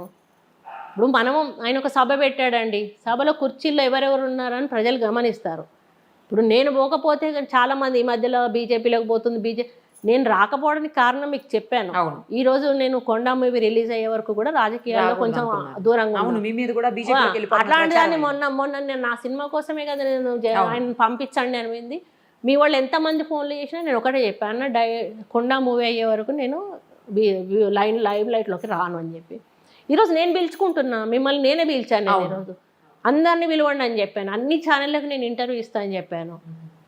అటువంటి మనము ఈరోజు కనిపిస్తే పబ్లిక్ ఏంటంటే రేవంత్ రెడ్డి పక్కన కనిపిస్తే ఓహో మన పీసీసీ ప్రెసిడెంట్తో పాటు మన ఈ నియోజకవర్గ అభ్యర్థి ఉన్నాడు, ఈయనను మనం గుర్తించాలి అని గుర్తిస్తారు. నువ్వు లేవనుకో, ఇప్పుడు నా మీద పుట్టినట్టు నీ మీద 4 పుడతాయి. పుట్టినప్పుడు ఇప్పుడు కొంతమందికి ప్రజాదరణ ఉంటుంది, కొంతమందికి రిఫ్లెక్షన్ ఉంటుంది. వాళ్ళకు స్వతహాగా లేకపోయినా పార్టీ రిఫ్లెక్షన్ ఉంటుందండి. కొంతమంది ప్రజలు వ్యక్తిని చూసి ఓటేస్తారు, కొంతమంది ప్రజలు పార్టీని చూసి ఓటేస్తారు. అటువంటి సందర్భం వచ్చినప్పుడు నీకు ఇబ్బంది కలుగుతుంది. ఈయన పార్టీలో లేనప్పుడు పార్టీకి ఈయన పార్టీకి ఎందుకు ఓటేయాలి అనేటువంటి ఫీలింగ్ కలుగుతుంది. పార్టీలో కష్టంలో ఉండనప్పుడు ఈయనకెందుకు, అది నువ్వు కోల్పోతావు. అందుకని మనం అందరం కలిసికట్టుగా ఓకే. నేను అదే చెప్పా రేవంత్ అన్నని ఎప్పుడు చెప్పా, రేవంత్ అన్న అక్కడ ఒక మీటింగ్ పెట్టి రైతులది పాదయాత్ర చేసి ముగింపు సభ ఓఆర్ఆర్ మీద పెట్టాడు. ఆయన అప్పటికి పిసిసి ప్రెసిడెంట్ కాలేదు. ఆ సభలోనే చెప్పా, కాంగ్రెస్ పార్టీ వాళ్ళందరూ కూడా ఒక్క వేదిక మీద కనపడాలి, కనపడ్డప్పుడే కాంగ్రెస్ పార్టీ ఐక్యత తెలుస్తుంది, సీనియర్లా జూనియర్లా కాదు. ఈరోజు ఆ రోజు వచ్చింది, అందరూ కూడా వస్తున్నారు. ఇప్పుడు 5 కమిటీలు వేశారు కదా, 5 కమిటీల నుంచి అందరూ వస్తున్నారు, అందరూ అటెండ్ అవుతున్నారు, అందరూ ఎవరు చేసే పని వాళ్ళు చేస్తూనే ఉన్నారు. రాజశేఖర్ రెడ్డి గారిని చాలా అభిమానించే వ్యక్తి మీరు, చాలా దగ్గరగా చూశారు, అన్నాని పిలిచేవాళ్ళు ఆయన్ని. ఆయన పాలనకి ఇప్పుడు ఆయన కొడుకు జగన్మోహన్ రెడ్డి గారు ఏపీలో చేస్తున్నటువంటి పాలనకి ఇద్దరి పాలనలో పోల్చండి అంటే మీకు ఎవరిది నచ్చుతుంది, నచ్చని వాళ్ళది ఎందుకు నచ్చదు? 100% 100కు 1000% రాజశేఖర రెడ్డి పాలనను తప్పు పట్టే వాళ్ళు ఎవరు ఉండరండి. ఓకే. అందులో ఇంకా నేను ఆయన వీరాభిమానిగా నేను ఇంకెక్కువ నచ్చుకుంటా ఆయనని. అందుకని ఆయనను ఎక్కడ తప్పు పట్టడానికి లేదు. ఆయన కొడుకుగా, ఆయన రక్తం పంచుకు పుట్టిన కొడుకుగా జగన్మోహన్ రెడ్డి గారు ఆయనను మించి ఆయన ఆదర్శాలను ముందుకు తీసుకెళ్లేటువంటి బాధ్యత ఆయనకు ఉండాలి. ఒకటి నేను అడుగుతా, 5 సంవత్సరాల రాజశేఖర రెడ్డి రాజకీయ పాలనలో ఎక్కడన్నా మేము ఇప్పుడు చంద్రబాబు నాయుడు ఇబ్బందులు పెట్టిన వాళ్ళని మళ్ళీ తిరిగి ఇబ్బందులు పెట్టామండి? లేదు. కక్ష సాధింపు చర్యలు చేశామా? ఎందుకు చేయలేదు? మాకు అధికారం ఉంది కదా, రాజశేఖర రెడ్డి గారు అండు ఉంది కదా. కానీ అది పద్ధతి కాదు, ఆయన ఒప్పుకోడు. ఓకే, ఒప్పుకోడు. అట్లాంటప్పుడు వాళ్ళకు మనకు తేడా ఏంటికో, నేను సెక్రటేరియట్కి వెళ్ళేదాన్ని, వెళ్ళే వరకు కమ్యూనిస్ట్ పార్టీ వాళ్ళు మొత్తం గుంపు లోపల గంట సేపు కూర్చునేవాళ్ళు. వాళ్ళందరిని అయిపోయినాకనే మమ్మల్ని లోపలికి పిలిచేవాడు. మాకు 2 నిమిషాల కంటే ఎక్కువ టైం ఇవ్వకపోయేవాడు. నేను పోడే గొడవ పెట్టుకునేదాన్ని. అన్న మీరు ఇప్పుడు వాళ్ళను అన్ని పిలిచి చేశారు, కింద పోయి మీడియా దగ్గర మిమ్మల్ని తిడతారు అన్న, గేటు కూడా దాటారు అని అంటే, పోనీ అమ్మ మనం చేసేది ప్రజల కోసమే కదా, వదిలేసే అనేటోడు. అంటే అటువంటి వ్యక్తి ఆయన. ఏది ఉన్నా కూడా దేవుడు చూసుకుంటాడు, వదిలేసేయండి అనేవాడు. మాకేం పెద్ద ఇబ్బంది కాదే, ఆ రోజు దయాకరావుని ఇబ్బంది పెట్టడం మాకు పెద్ద ఇబ్బంది కాదు కదా. కానీ మేము పెట్టలేదే, అధికార దుర్వినియోగం చేసుకోలేదే. కానీ ఈరోజు ఆంధ్రాలో జరుగుతున్నది ఏంటంటే కేవలం అధికార దుర్వినియోగం, కక్ష సాధింపు చర్య. మమ్మల్ని వాళ్ళు కొట్టారు, ఇబ్బంది పెట్టారు, మేము కూడా వాళ్ళని ఇష్టం ఉన్నట్టు కొడతాము, వాళ్ళని ఇబ్బంది పెడతాము అని ఇష్టం ఉన్నట్టు చిన్నోళ్ళు అనకుండా పెద్దోళ్ళు అనకుండా ఈడ్చుకుపోయి కేసులు పెట్టి వాళ్ళని ఇబ్బందులు పెట్టి, ఇప్పుడు నిన్నగాక మొన్న అయ్యన్న పాత్రుడు ఎవరిని ఇంకెవరిన తీసుకెళ్ళారు కదా, అటువంటి వాళ్ళని తీసుకెళ్ళి ఈరోజు ఆయన పేరేం పేరండి, కోడెల శివప్రసాద్, ఆయనకు ఆ పరిస్థితి ఎందుకు వచ్చింది? ఈయన కేసుల వల్లనే కదా. దాంతో నువ్వేం సాధిస్తావు? అప్పుడు నీకు చంద్రబాబు నాయుడుకి తేడా ఏంటి చెప్పు, నాకు అర్థం కాదు. నువ్వు మంచి పాలన నుంచి మంచి పేరు తెచ్చుకొని ప్రజల్లో మెప్పు పొంది మళ్ళీ ఇంకోసారి ముఖ్యమంత్రి కావాలి. కానీ ఇప్పటికీ వ్యతిరేకత వచ్చింది, చాలా వ్యతిరేకత వచ్చింది. మళ్ళీ చెల్లెల్ని తల్లిని కూడా విభేదించడము, వాళ్ళు బయటకు వచ్చేయడము, దాంతో నువ్వేం సాధిస్తావు? అధికారం ఎప్పుడు శాశ్వతం కాదే. నేను అదే చెప్తాను. నన్ను అందరూ అంటారు మీరు ఇంత సింపుల్గా ఎందుకు ఉంటారండి, ఒక్కొక్కరు ఇట్లా అట్లా ఉంటారంటే నేను ఒక హౌస్ వైఫ్ని అనుకోకుండా రాజకీయాల్లోకి వచ్చాను. మళ్ళీ ఏదో రోజు బ్యాక్ టు హౌస్ వైఫ్గా నేను వచ్చేస్తాను. ఈ మధ్యలో ఉన్న అధికారం కోసం మనల్ని ఎందుకు మార్చుకోవాలి? మనము కరెక్ట్ మార్చుకోకూడదు కదా. ఇప్పుడు ఆయన అధికారం ఇవాళ ఉండొచ్చు, రేపు పోవచ్చు అండి. ఇప్పుడు రాజశేఖర రెడ్డి గారు అధికారంలో ఉన్నప్పుడు పోయిండా లేనప్పుడు పోయిండా అనేది కదా. రాజశేఖర రెడ్డి గారిని ఈ రోజుకు తలుచుకుంటున్నారు అంటే ఆయన పరిపాలన, ఆయన వ్యక్తిత్వము, ఆయన ఆదర్శాలు, ఆయన మంచితనము, ఇవన్నీ తలుచుకుంటున్నాము. మరి రేపు నిన్ను తలుచుకోవాలంటే కూడా నువ్వు నీ తండ్రిలాగా చేయాలి కదా. చేయకుండా ఈరోజు కక్ష సాధింపు చేసేసి ఈరోజు క్యాంప్ ఆఫ్, అప్పుడు ఆ ప్రజా దర్బారు ఉండేదండి రాజశేఖర రెడ్డి గారు ఉన్నప్పుడు. నా తెలంగాణలో లేదు ఇప్పుడు ప్రజా దర్బారు, నా ఆంధ్రాలో లేదు. ప్రజలు ఎక్కడికి పోవాలి? పేద ప్రజలు ఎవరిని ఇప్పుడు నువ్వు ఎమ్మెల్యేలకు టైం ఇవ్వవు, అక్కడ అయ్యాడు ఇక్కడ అయ్యారు. మరి పేద ప్రజల సమస్యలు మీ దగ్గరికి ఎట్లా వస్తాయి? ఎట్లా పరిష్కారం అవుతాయి? ఎట్లా కావాలి పరిష్కారం? మీరు ఒకసారి తెలంగాణ సెక్రటరీకి వెళ్ళి ఒక్కసారి ఒక్కొక్క డిపార్ట్మెంట్లో ప్రిన్సిపల్ సెక్రటరీ ఉంటాడు కదా, వాళ్ళ రూమ్లోకి వెళ్ళండి. ఓకే, గుట్టలు ఉంటాయి ఫైల్స్.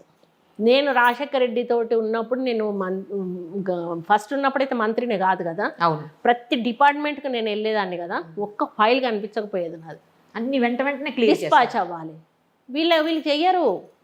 ఇప్పుడు ఒక ఏసీబీ ఫైల్ ఉందండి, వాడు చేశాడు, దానికి ఒక రూల్ ఉంటుంది, ఒక 6 months తర్వాత వాళ్ళని రీఇన్స్టేట్ చేయాలి, ఓకే, ఒక 30% ఏదో తీసేసి 70% శాలరీనో ఏదో ఇవ్వాలి, ఆ తర్వాత డిపార్ట్మెంటల్ ఎంక్వైరీకి ఇస్తారా కేసు, కోర్టులో వేస్తారా అనేది డిసైడ్ చేసుకొని డిస్పాచ్ చేయాలి. వాటిని మీరు మురుగబెట్టుకుంటే వాళ్ళ కుటుంబ పరిస్థితి ఏందండి? ఇప్పుడు వాళ్ళకు జీతం లేకుండా ఉంటే వాళ్ళు ఫుడ్ ఎట్లా తినాలి, వాళ్ళ బ్రతికెట్లా బతకాలి?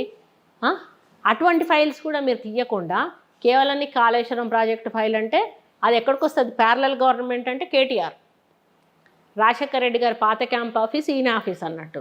ఫస్ట్ ఫైల్ అక్కడికి వస్తుంది, అధికారులు అక్కడికి వస్తారు, ఆ పర్సంటేజ్లు మాట్లాడుకున్నాక అవి ముట్టినాక ఆయన సిగ్నల్ వచ్చినాక ఆ ఫైలు సీఎం గారి దగ్గరికి పోతుంది.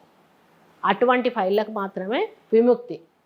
మిగతా ఫైల్ అన్నీ కూడా జనరల్గా మీరు వెళ్ళి అడగండి ఏదో ఒక డిపార్ట్మెంట్లో, మీరు మీడియా వాళ్ళే మీకు వెళ్ళొచ్చు, మీరు ఎందుకు ఆపుతున్నారు ఈ ఫైల్, సీఎం తీసుకురమ్మన్న ఫైల్ మాత్రమే పోతుంది.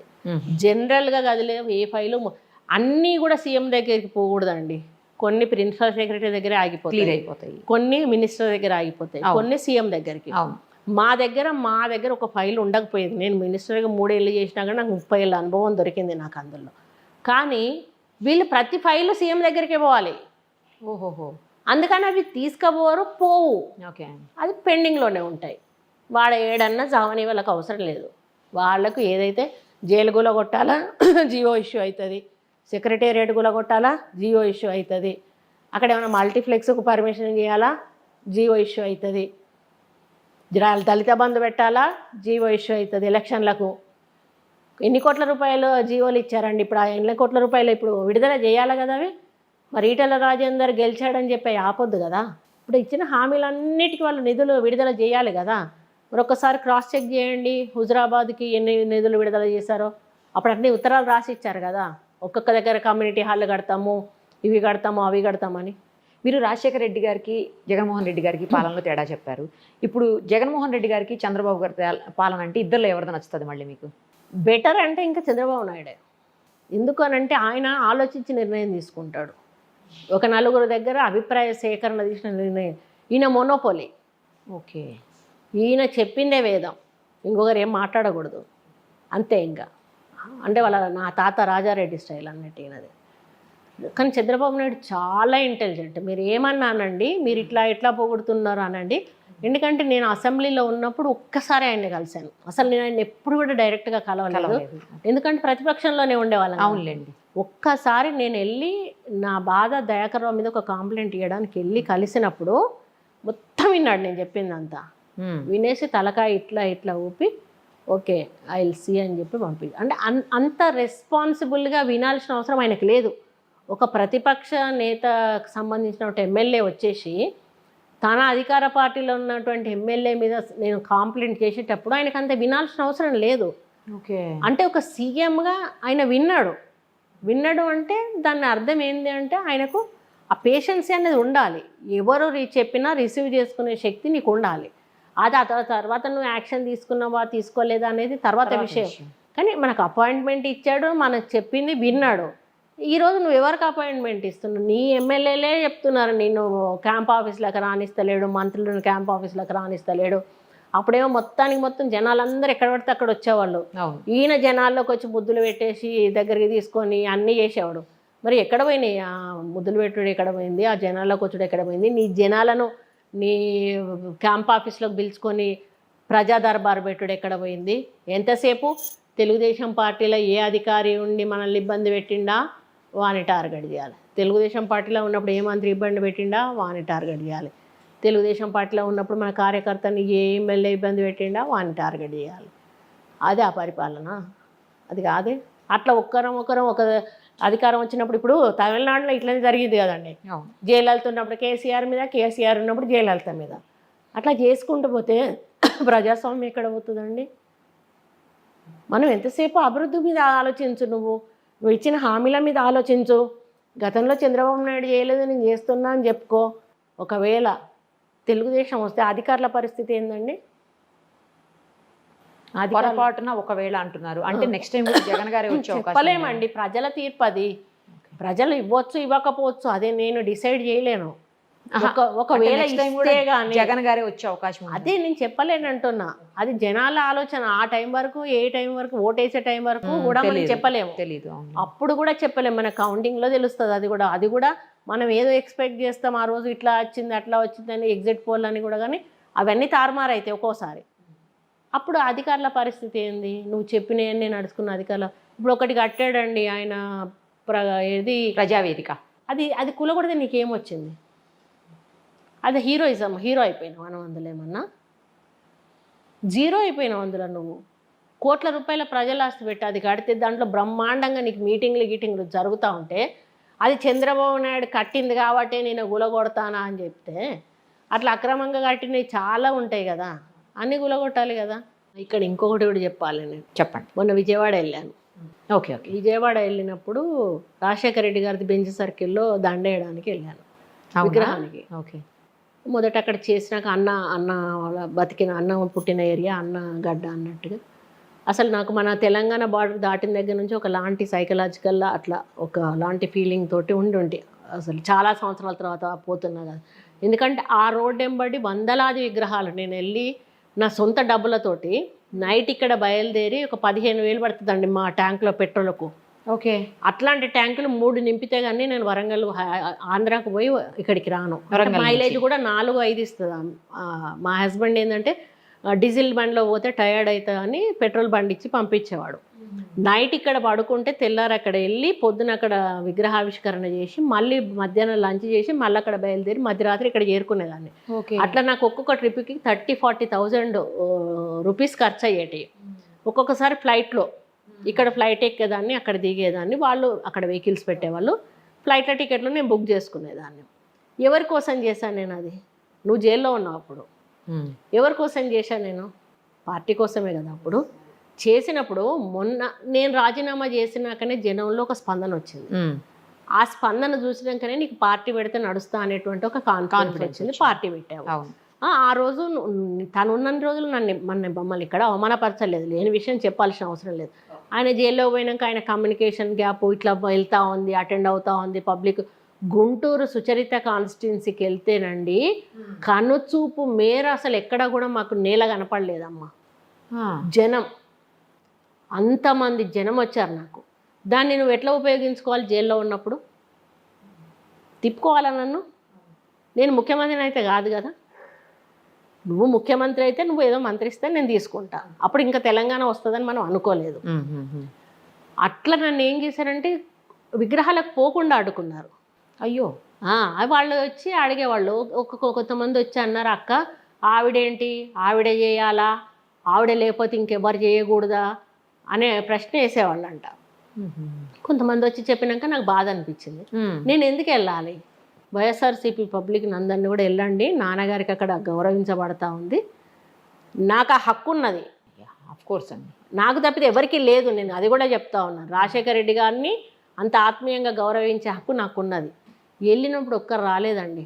మేయర్ వస్తాను కబురు పంపింది, మానేసింది. డిప్యూటీ మేయర్ వస్తాను కబురు పంపింది, మానేసింది. అంటే వద్దని చెప్తేనే కదా మానేస్తారు, లేకపోతే ఎందుకు మానేస్తారు? అట్లా చేస్తే ఏమనిపిస్తుంది చెప్పండి మనిషికి? నేను చాలా ఎక్స్పెక్ట్ చేశాను విజయవాడ. ఇప్పుడు పదవులు ఇచ్చారు, నామినేటెడ్ పదవులు. ఇక్కడ నుంచి 2 ఎంపీలను తీసుకున్నాను. నీకు తెలంగాణ నుంచి 2 ఎంపీలను ఎవరినో తీసుకోవడానికి ఉంది, కానీ మాట వరుసకి నువ్వు ఇచ్చినా నేను సున్నితంగా తిరస్కరించేదాన్ని. మరి ఇట్లా అడిగితే నువ్వు ఎంత ఎత్తుకు ఎదిగిపోయేవాడివి పబ్లిక్లో. అరే మర్చిపోలేదే, అన్న కోసం త్యాగం చేసినాం, ఆమెను గుర్తుపెట్టుకున్నాడు, ఆమెను పిలిచాడు అనేటువంటి నీకు ఆ గౌరవం ఉండేది కదా. అంటే ఇక చూడండి ఎంత నాకు పదవులేమో నాకు అవసరం లేదండి. నేను ఉన్న పదవిని వదిలేసుకున్న దాన్ని. నేను పదవులకు ఆశపడను, కానీ ఆయన ఒక ఉన్నత స్థాయికి వెళ్ళిపోయేవాడు కదా. అవును. అంటే ఇప్పుడు షర్మిల నిలగొట్టడము, ఆమె ఇక్కడ వచ్చి పార్టీ పెట్టడము, ఇది కూడా అంతా. షర్మిల ఇక్కడ ఎందుకు పార్టీ పెట్టాలి? అక్కడే ఆంధ్రాలో కాంగ్రెస్ పార్టీలో జాయిన్ అయ్యి కాంగ్రెస్ పార్టీని డెవలప్ చేయొచ్చు కదా, వాళ్ళ నానాశయాల్లో సిద్ధించాలంటే. ఎంతవరకు సస్టైన్ అవుతుందండి ఆవిడ పార్టీ ఇక్కడ? అదంతా కూడా టీఆర్ఎస్కు లాభం చేకూరుతుందమ్మా. ఇప్పుడు యాంటీ టీఆర్ఎస్ ఓట్స్ చీరాలి, కాంగ్రెస్ పడకూడదు. అది ముఖ్య ఉద్దేశం. ఈరోజు ప్రవీణ్ తిరుగుతున్నాడంట, అదే ఉద్దేశము. ఆర్ఎస్ ప్రవీణ్ తిరుగుతున్నాడు అన్న, ఈమె తిరుగుతుందన్న అదే ఉద్దేశము. రేపు మొన్న ఎలక్షన్లో ఎమ్మెల్సీ ఎలక్షన్స్లలో కూడా ఈరోజు నాగేశ్వరరావు నిలబడ్డారన్న టీఆర్ఎస్ వాళ్ళ ప్రమేయం ఉంది, కోదండరాం నిలబడ్డాడన్న టీఆర్ఎస్ ప్రమేయం ఉంది. ఇట్లా ఏంటంటే వాళ్ళు ఒకలాంటి రాజకీయ, ఇప్పుడు ఈరోజు బీజేపీ ఉన్న టీఆర్ఎస్ తిట్టుకుంటున్నారు. బండి సంజయ్ అంటాడు, ఏ బిడ్డ నిన్ను 24 గంటలలో లోపలగా అమ్ముతా అంటాడు.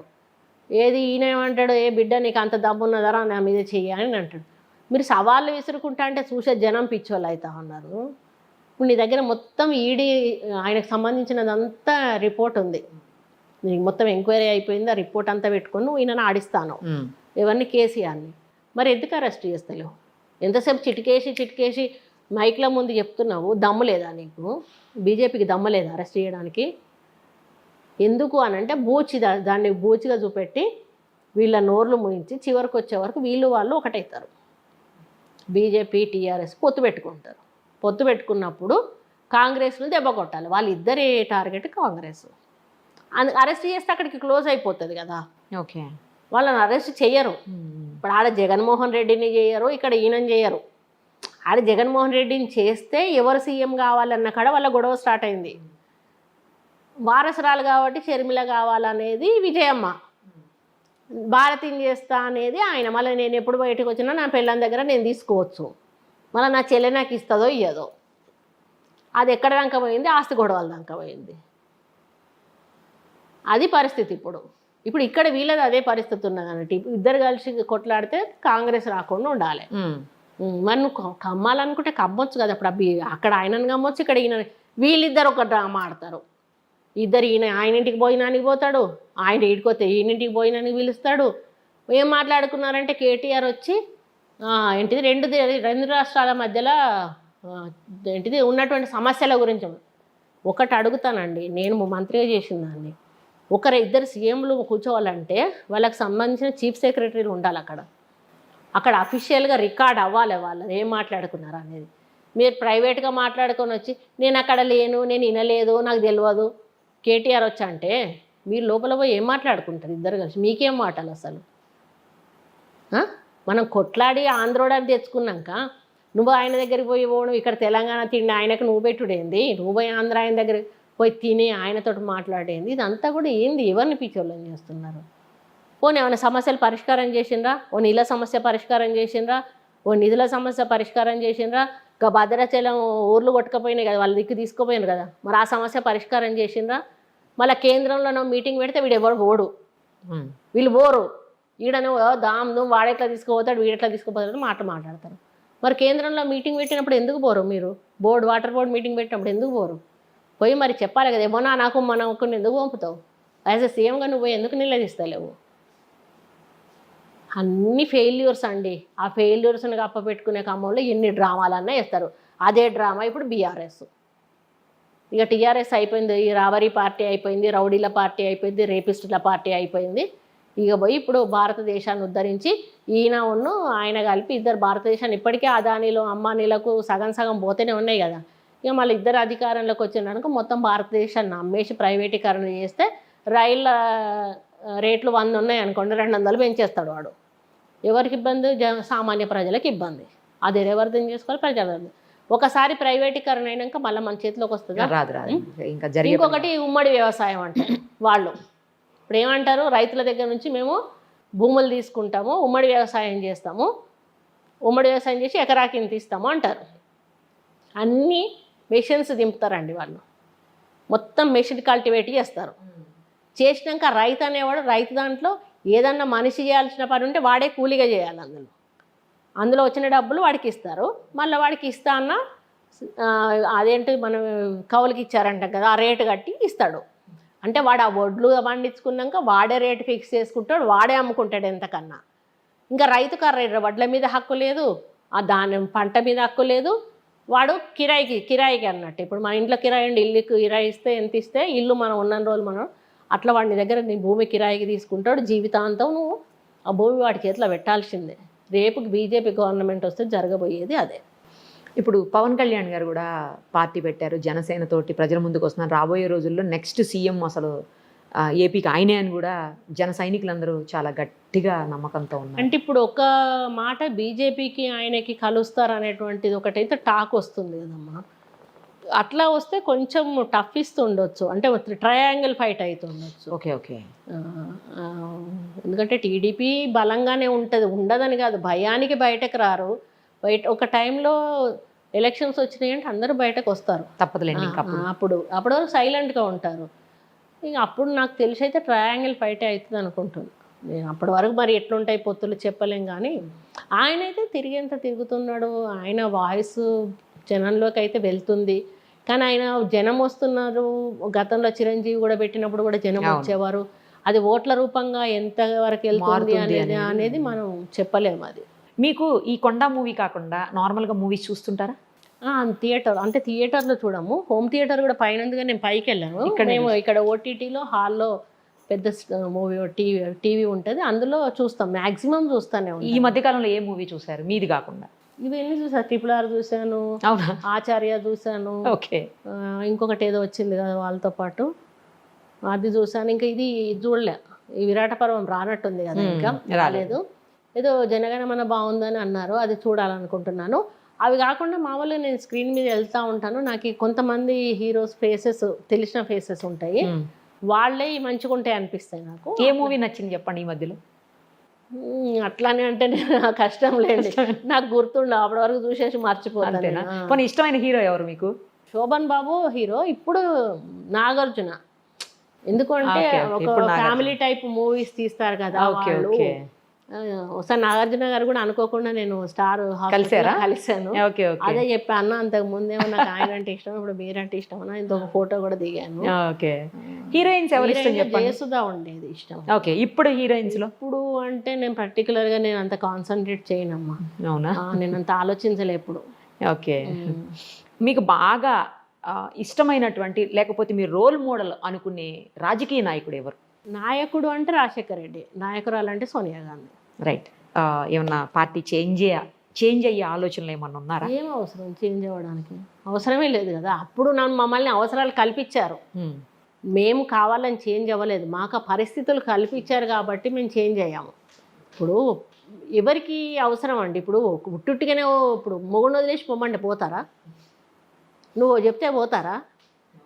ఆ మొగుడుతోటి ఏదో ఒక పెద్ద రీజన్ ఉండి ఇక తప్పదురా బాబు ఇక వీనితోటి ఉండలేము అన్నప్పుడే పోతాం. కరెక్ట్. అంతే కదా, మన సేఫ్టీ మనం చూసుకుంటాం కదా అప్పుడు. అట్లనే మేము రాజకీయంగా మా సేఫ్టీ కోసం మేము చేసాం, కానీ ఏదో లాభాన్ని ఆర్జించో లేకపోతే ఇంకో పార్టీకి పోయి పైసల కోసమో. అధికార పార్టీలోంచి మేము ప్రతిపక్షాల్లోకి వచ్చాం, కానీ ప్రతిపక్ష పార్టీలోంచి అధికార పార్టీలకు పోలేదండి. వచ్చే ఎలక్షన్స్లో సేమ్ నియోజకవర్గం నుంచే పోటీ చేస్తారు? ఈస్ట్ అండి, వరంగల్ ఈస్ట్. అదే సేమ్, అప్పుడు కూడా ముందు కూడా అంతే. అప్పుడంటే పోయినసారి పర్కాలు చేశా కదా. ఓహో, పర్కాలు చేసినప్పుడు ధర్మారెడ్డి గారు బాగా డబ్బులు, లక్షల కోట్లు అంటే 100 కోట్లు మొత్తం రోడ్ల కాంట్రాక్టులు ఇవి అవి అనకుండా చేసి ఆ డబ్బులు ఏం చేయాలో తెలియక ఒక్కొక్క లీడర్కు 5 లక్షలు 10 లక్షలు అట్లా ఇచ్చి కండవాళ్ళ కప్పుకొని గెలిచిండు. మరి మేము ఆయనతో పోటీ వాళ్ళేం కదా. కొండా మురళీ గారిలో బాగా నచ్చిన అంశం, నచ్చని అంశం రెండు చెప్పండి. ముక్కుసూటితనం అండి, ఏదున్నా మొహమాటం లేకుండా మొహం మీద చెప్పేస్తాడు, అది నచ్చిన అంశం. నచ్చని అంశం అని అంటే ఏదైనా ఉంటుంది అనుకోండి, ఓకే, ఇప్పుడు అవసరం ఉన్న వాళ్ళకి అవసరం లేని వాళ్ళు కూడా డబ్బులు ఇస్తూ ఉంటాడు. ఓకే, ఇప్పుడు కొంతమంది అవసరం లేని వాళ్ళకి డబ్బులు ఇచ్చేటప్పుడు మేము అనుకుంటాం అన్నట్టు ఈయన అన్నదానికంటే తక్కువ ఇద్దాము అనుకుంటాం, వాడు పనికి రానోడు. Okay okay. అయితే మా ఆయన ఏం చేస్తాడంటే వీడికి వెయ్యండి అని చెప్పి లోపలికి వచ్చి మాకు చెప్పడు, వాడి ముందే వీడికి 10,000 ఇచ్చి పంపండి అంటాడు. ఓహో, అతను ముఖం మీదే. అప్పుడు మనం ఏం చేయలేము, ఇంకా తప్పదు అంతే, వాడికి 10,000 ఇవ్వాల్సిందే కదా అంతే. ఇక అనుకుంటాం అయ్యబ్బా ఈ వేస్ట్ పైసలు అని అనుకుంటాం. అప్పుడు మా ఆయన మీద పీకల దాకా కోపం వస్తుంది అన్నట్టు. అదేదో సాటుకొచ్చి చెప్తే 5,000 తీసుకొని ఇంకెవరికన్నా ఉపయోగపడే వాళ్ళకి ఇస్తే అయిపోతుంది కదా అని అనిపిస్తుంది. అది నాకు ఆయన దగ్గర నచ్చదు. కొండా మురళీ గారు రౌడీ, కొండా మురళీ గారు గుండా, కొండా మురళీ గారు చేసేదంతా రౌడీయిజం, ఆయన అసలు చాలా దారుణమైన వ్యక్తి, ఇలా మాట్లాడే వాళ్ళకి మీరు ఇచ్చే సమాధానం ఏంటి? మొన్న ఒక అమ్మాయిని మీరు చేశారు కదా, ఎవరో మొగుడు వదిలిపెట్టిపోయాడు అని చెప్పేసి. అవును, ఆ అమ్మాయి మొగుడు దొరికాడు అనుకోండి, దొరికితే నేను నా పిల్లను చేసుకోను ఉంచుకోను అన్నాడు అనుకోండి, వాడిని 4 బీకి నువ్వు ఎందుకు చేసుకోరా ఉంచుకోరా అంటే వాడు పెట్టుకుంటా. అప్పుడు కొండమురళి గుండా అయితే తప్పేంటి? అంతే కదా.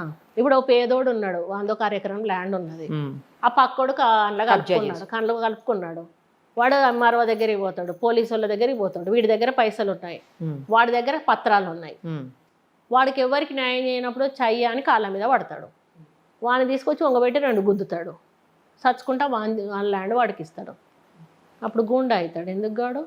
అట్లా చేసి అయ్యాం కానీ మేము కబ్జాలు పెట్టి కాలేదండి. మేము కబ్జాలు పెడితే అయితే ధర్మారెడ్డిని ఓడించేటోళ్ళం. ఆయన 10 లక్షలు పెడితే మేము 20 లక్షలు పెట్టేటోళ్ళం. డబ్బు ఉన్నాక ఓడిపోం కదండి మేము. అవును. ఎందుకు కూడా కొట్టుకుంటాం మమ్మల్ని మేము? చాలా మంచి టైం మీతోటి, అంటే ఒక 2 hours పాటు మీ గురించి, మురళి గారి గురించి అన్నీ తెలుసుకోగలిగాను. సరదాగా, సీరియస్గా, రాజకీయంగా, అన్ని కుటుంబ పరంగా అన్ని రకాలుగా చేశారండి.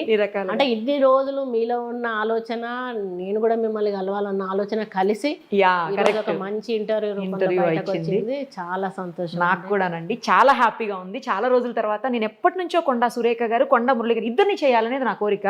బట్ ఈ రోజు మాత్రం నాకు సురేఖ గారు ఒక్కళ్ళే దొరికారు.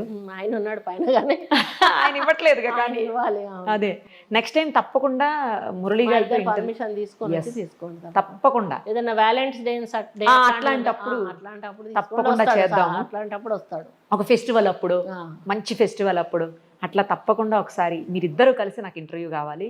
అలాగే మీ డాటర్ది, మీ మనవరాలిది కూడా కావాలి నాకు. ఒక 5 నిమిషాలు మీ గురించి. ఎక్కువసేపు ఎవరి ముందు మాట్లాడదు, పక్కకు తీసుకొని మాట్లాడేయాలి ఆమెతోటి. ఓకే, నేను మాట్లాడిస్తాను, నేను చూసుకుంటాను. మేము అందరం ఉన్నప్పుడు ఎవరు మంచోళ్ళు అంటే చెప్పదు. నేను ఒకదాన్ని ఉన్నప్పుడు నువ్వు ఇష్టం అంటది, వాళ్ళ అమ్మకుతున్నప్పుడు ఆమె ఇష్టం. మీరందరూ వెళ్ళిపోండి, అసలు ఎవరొద్దు.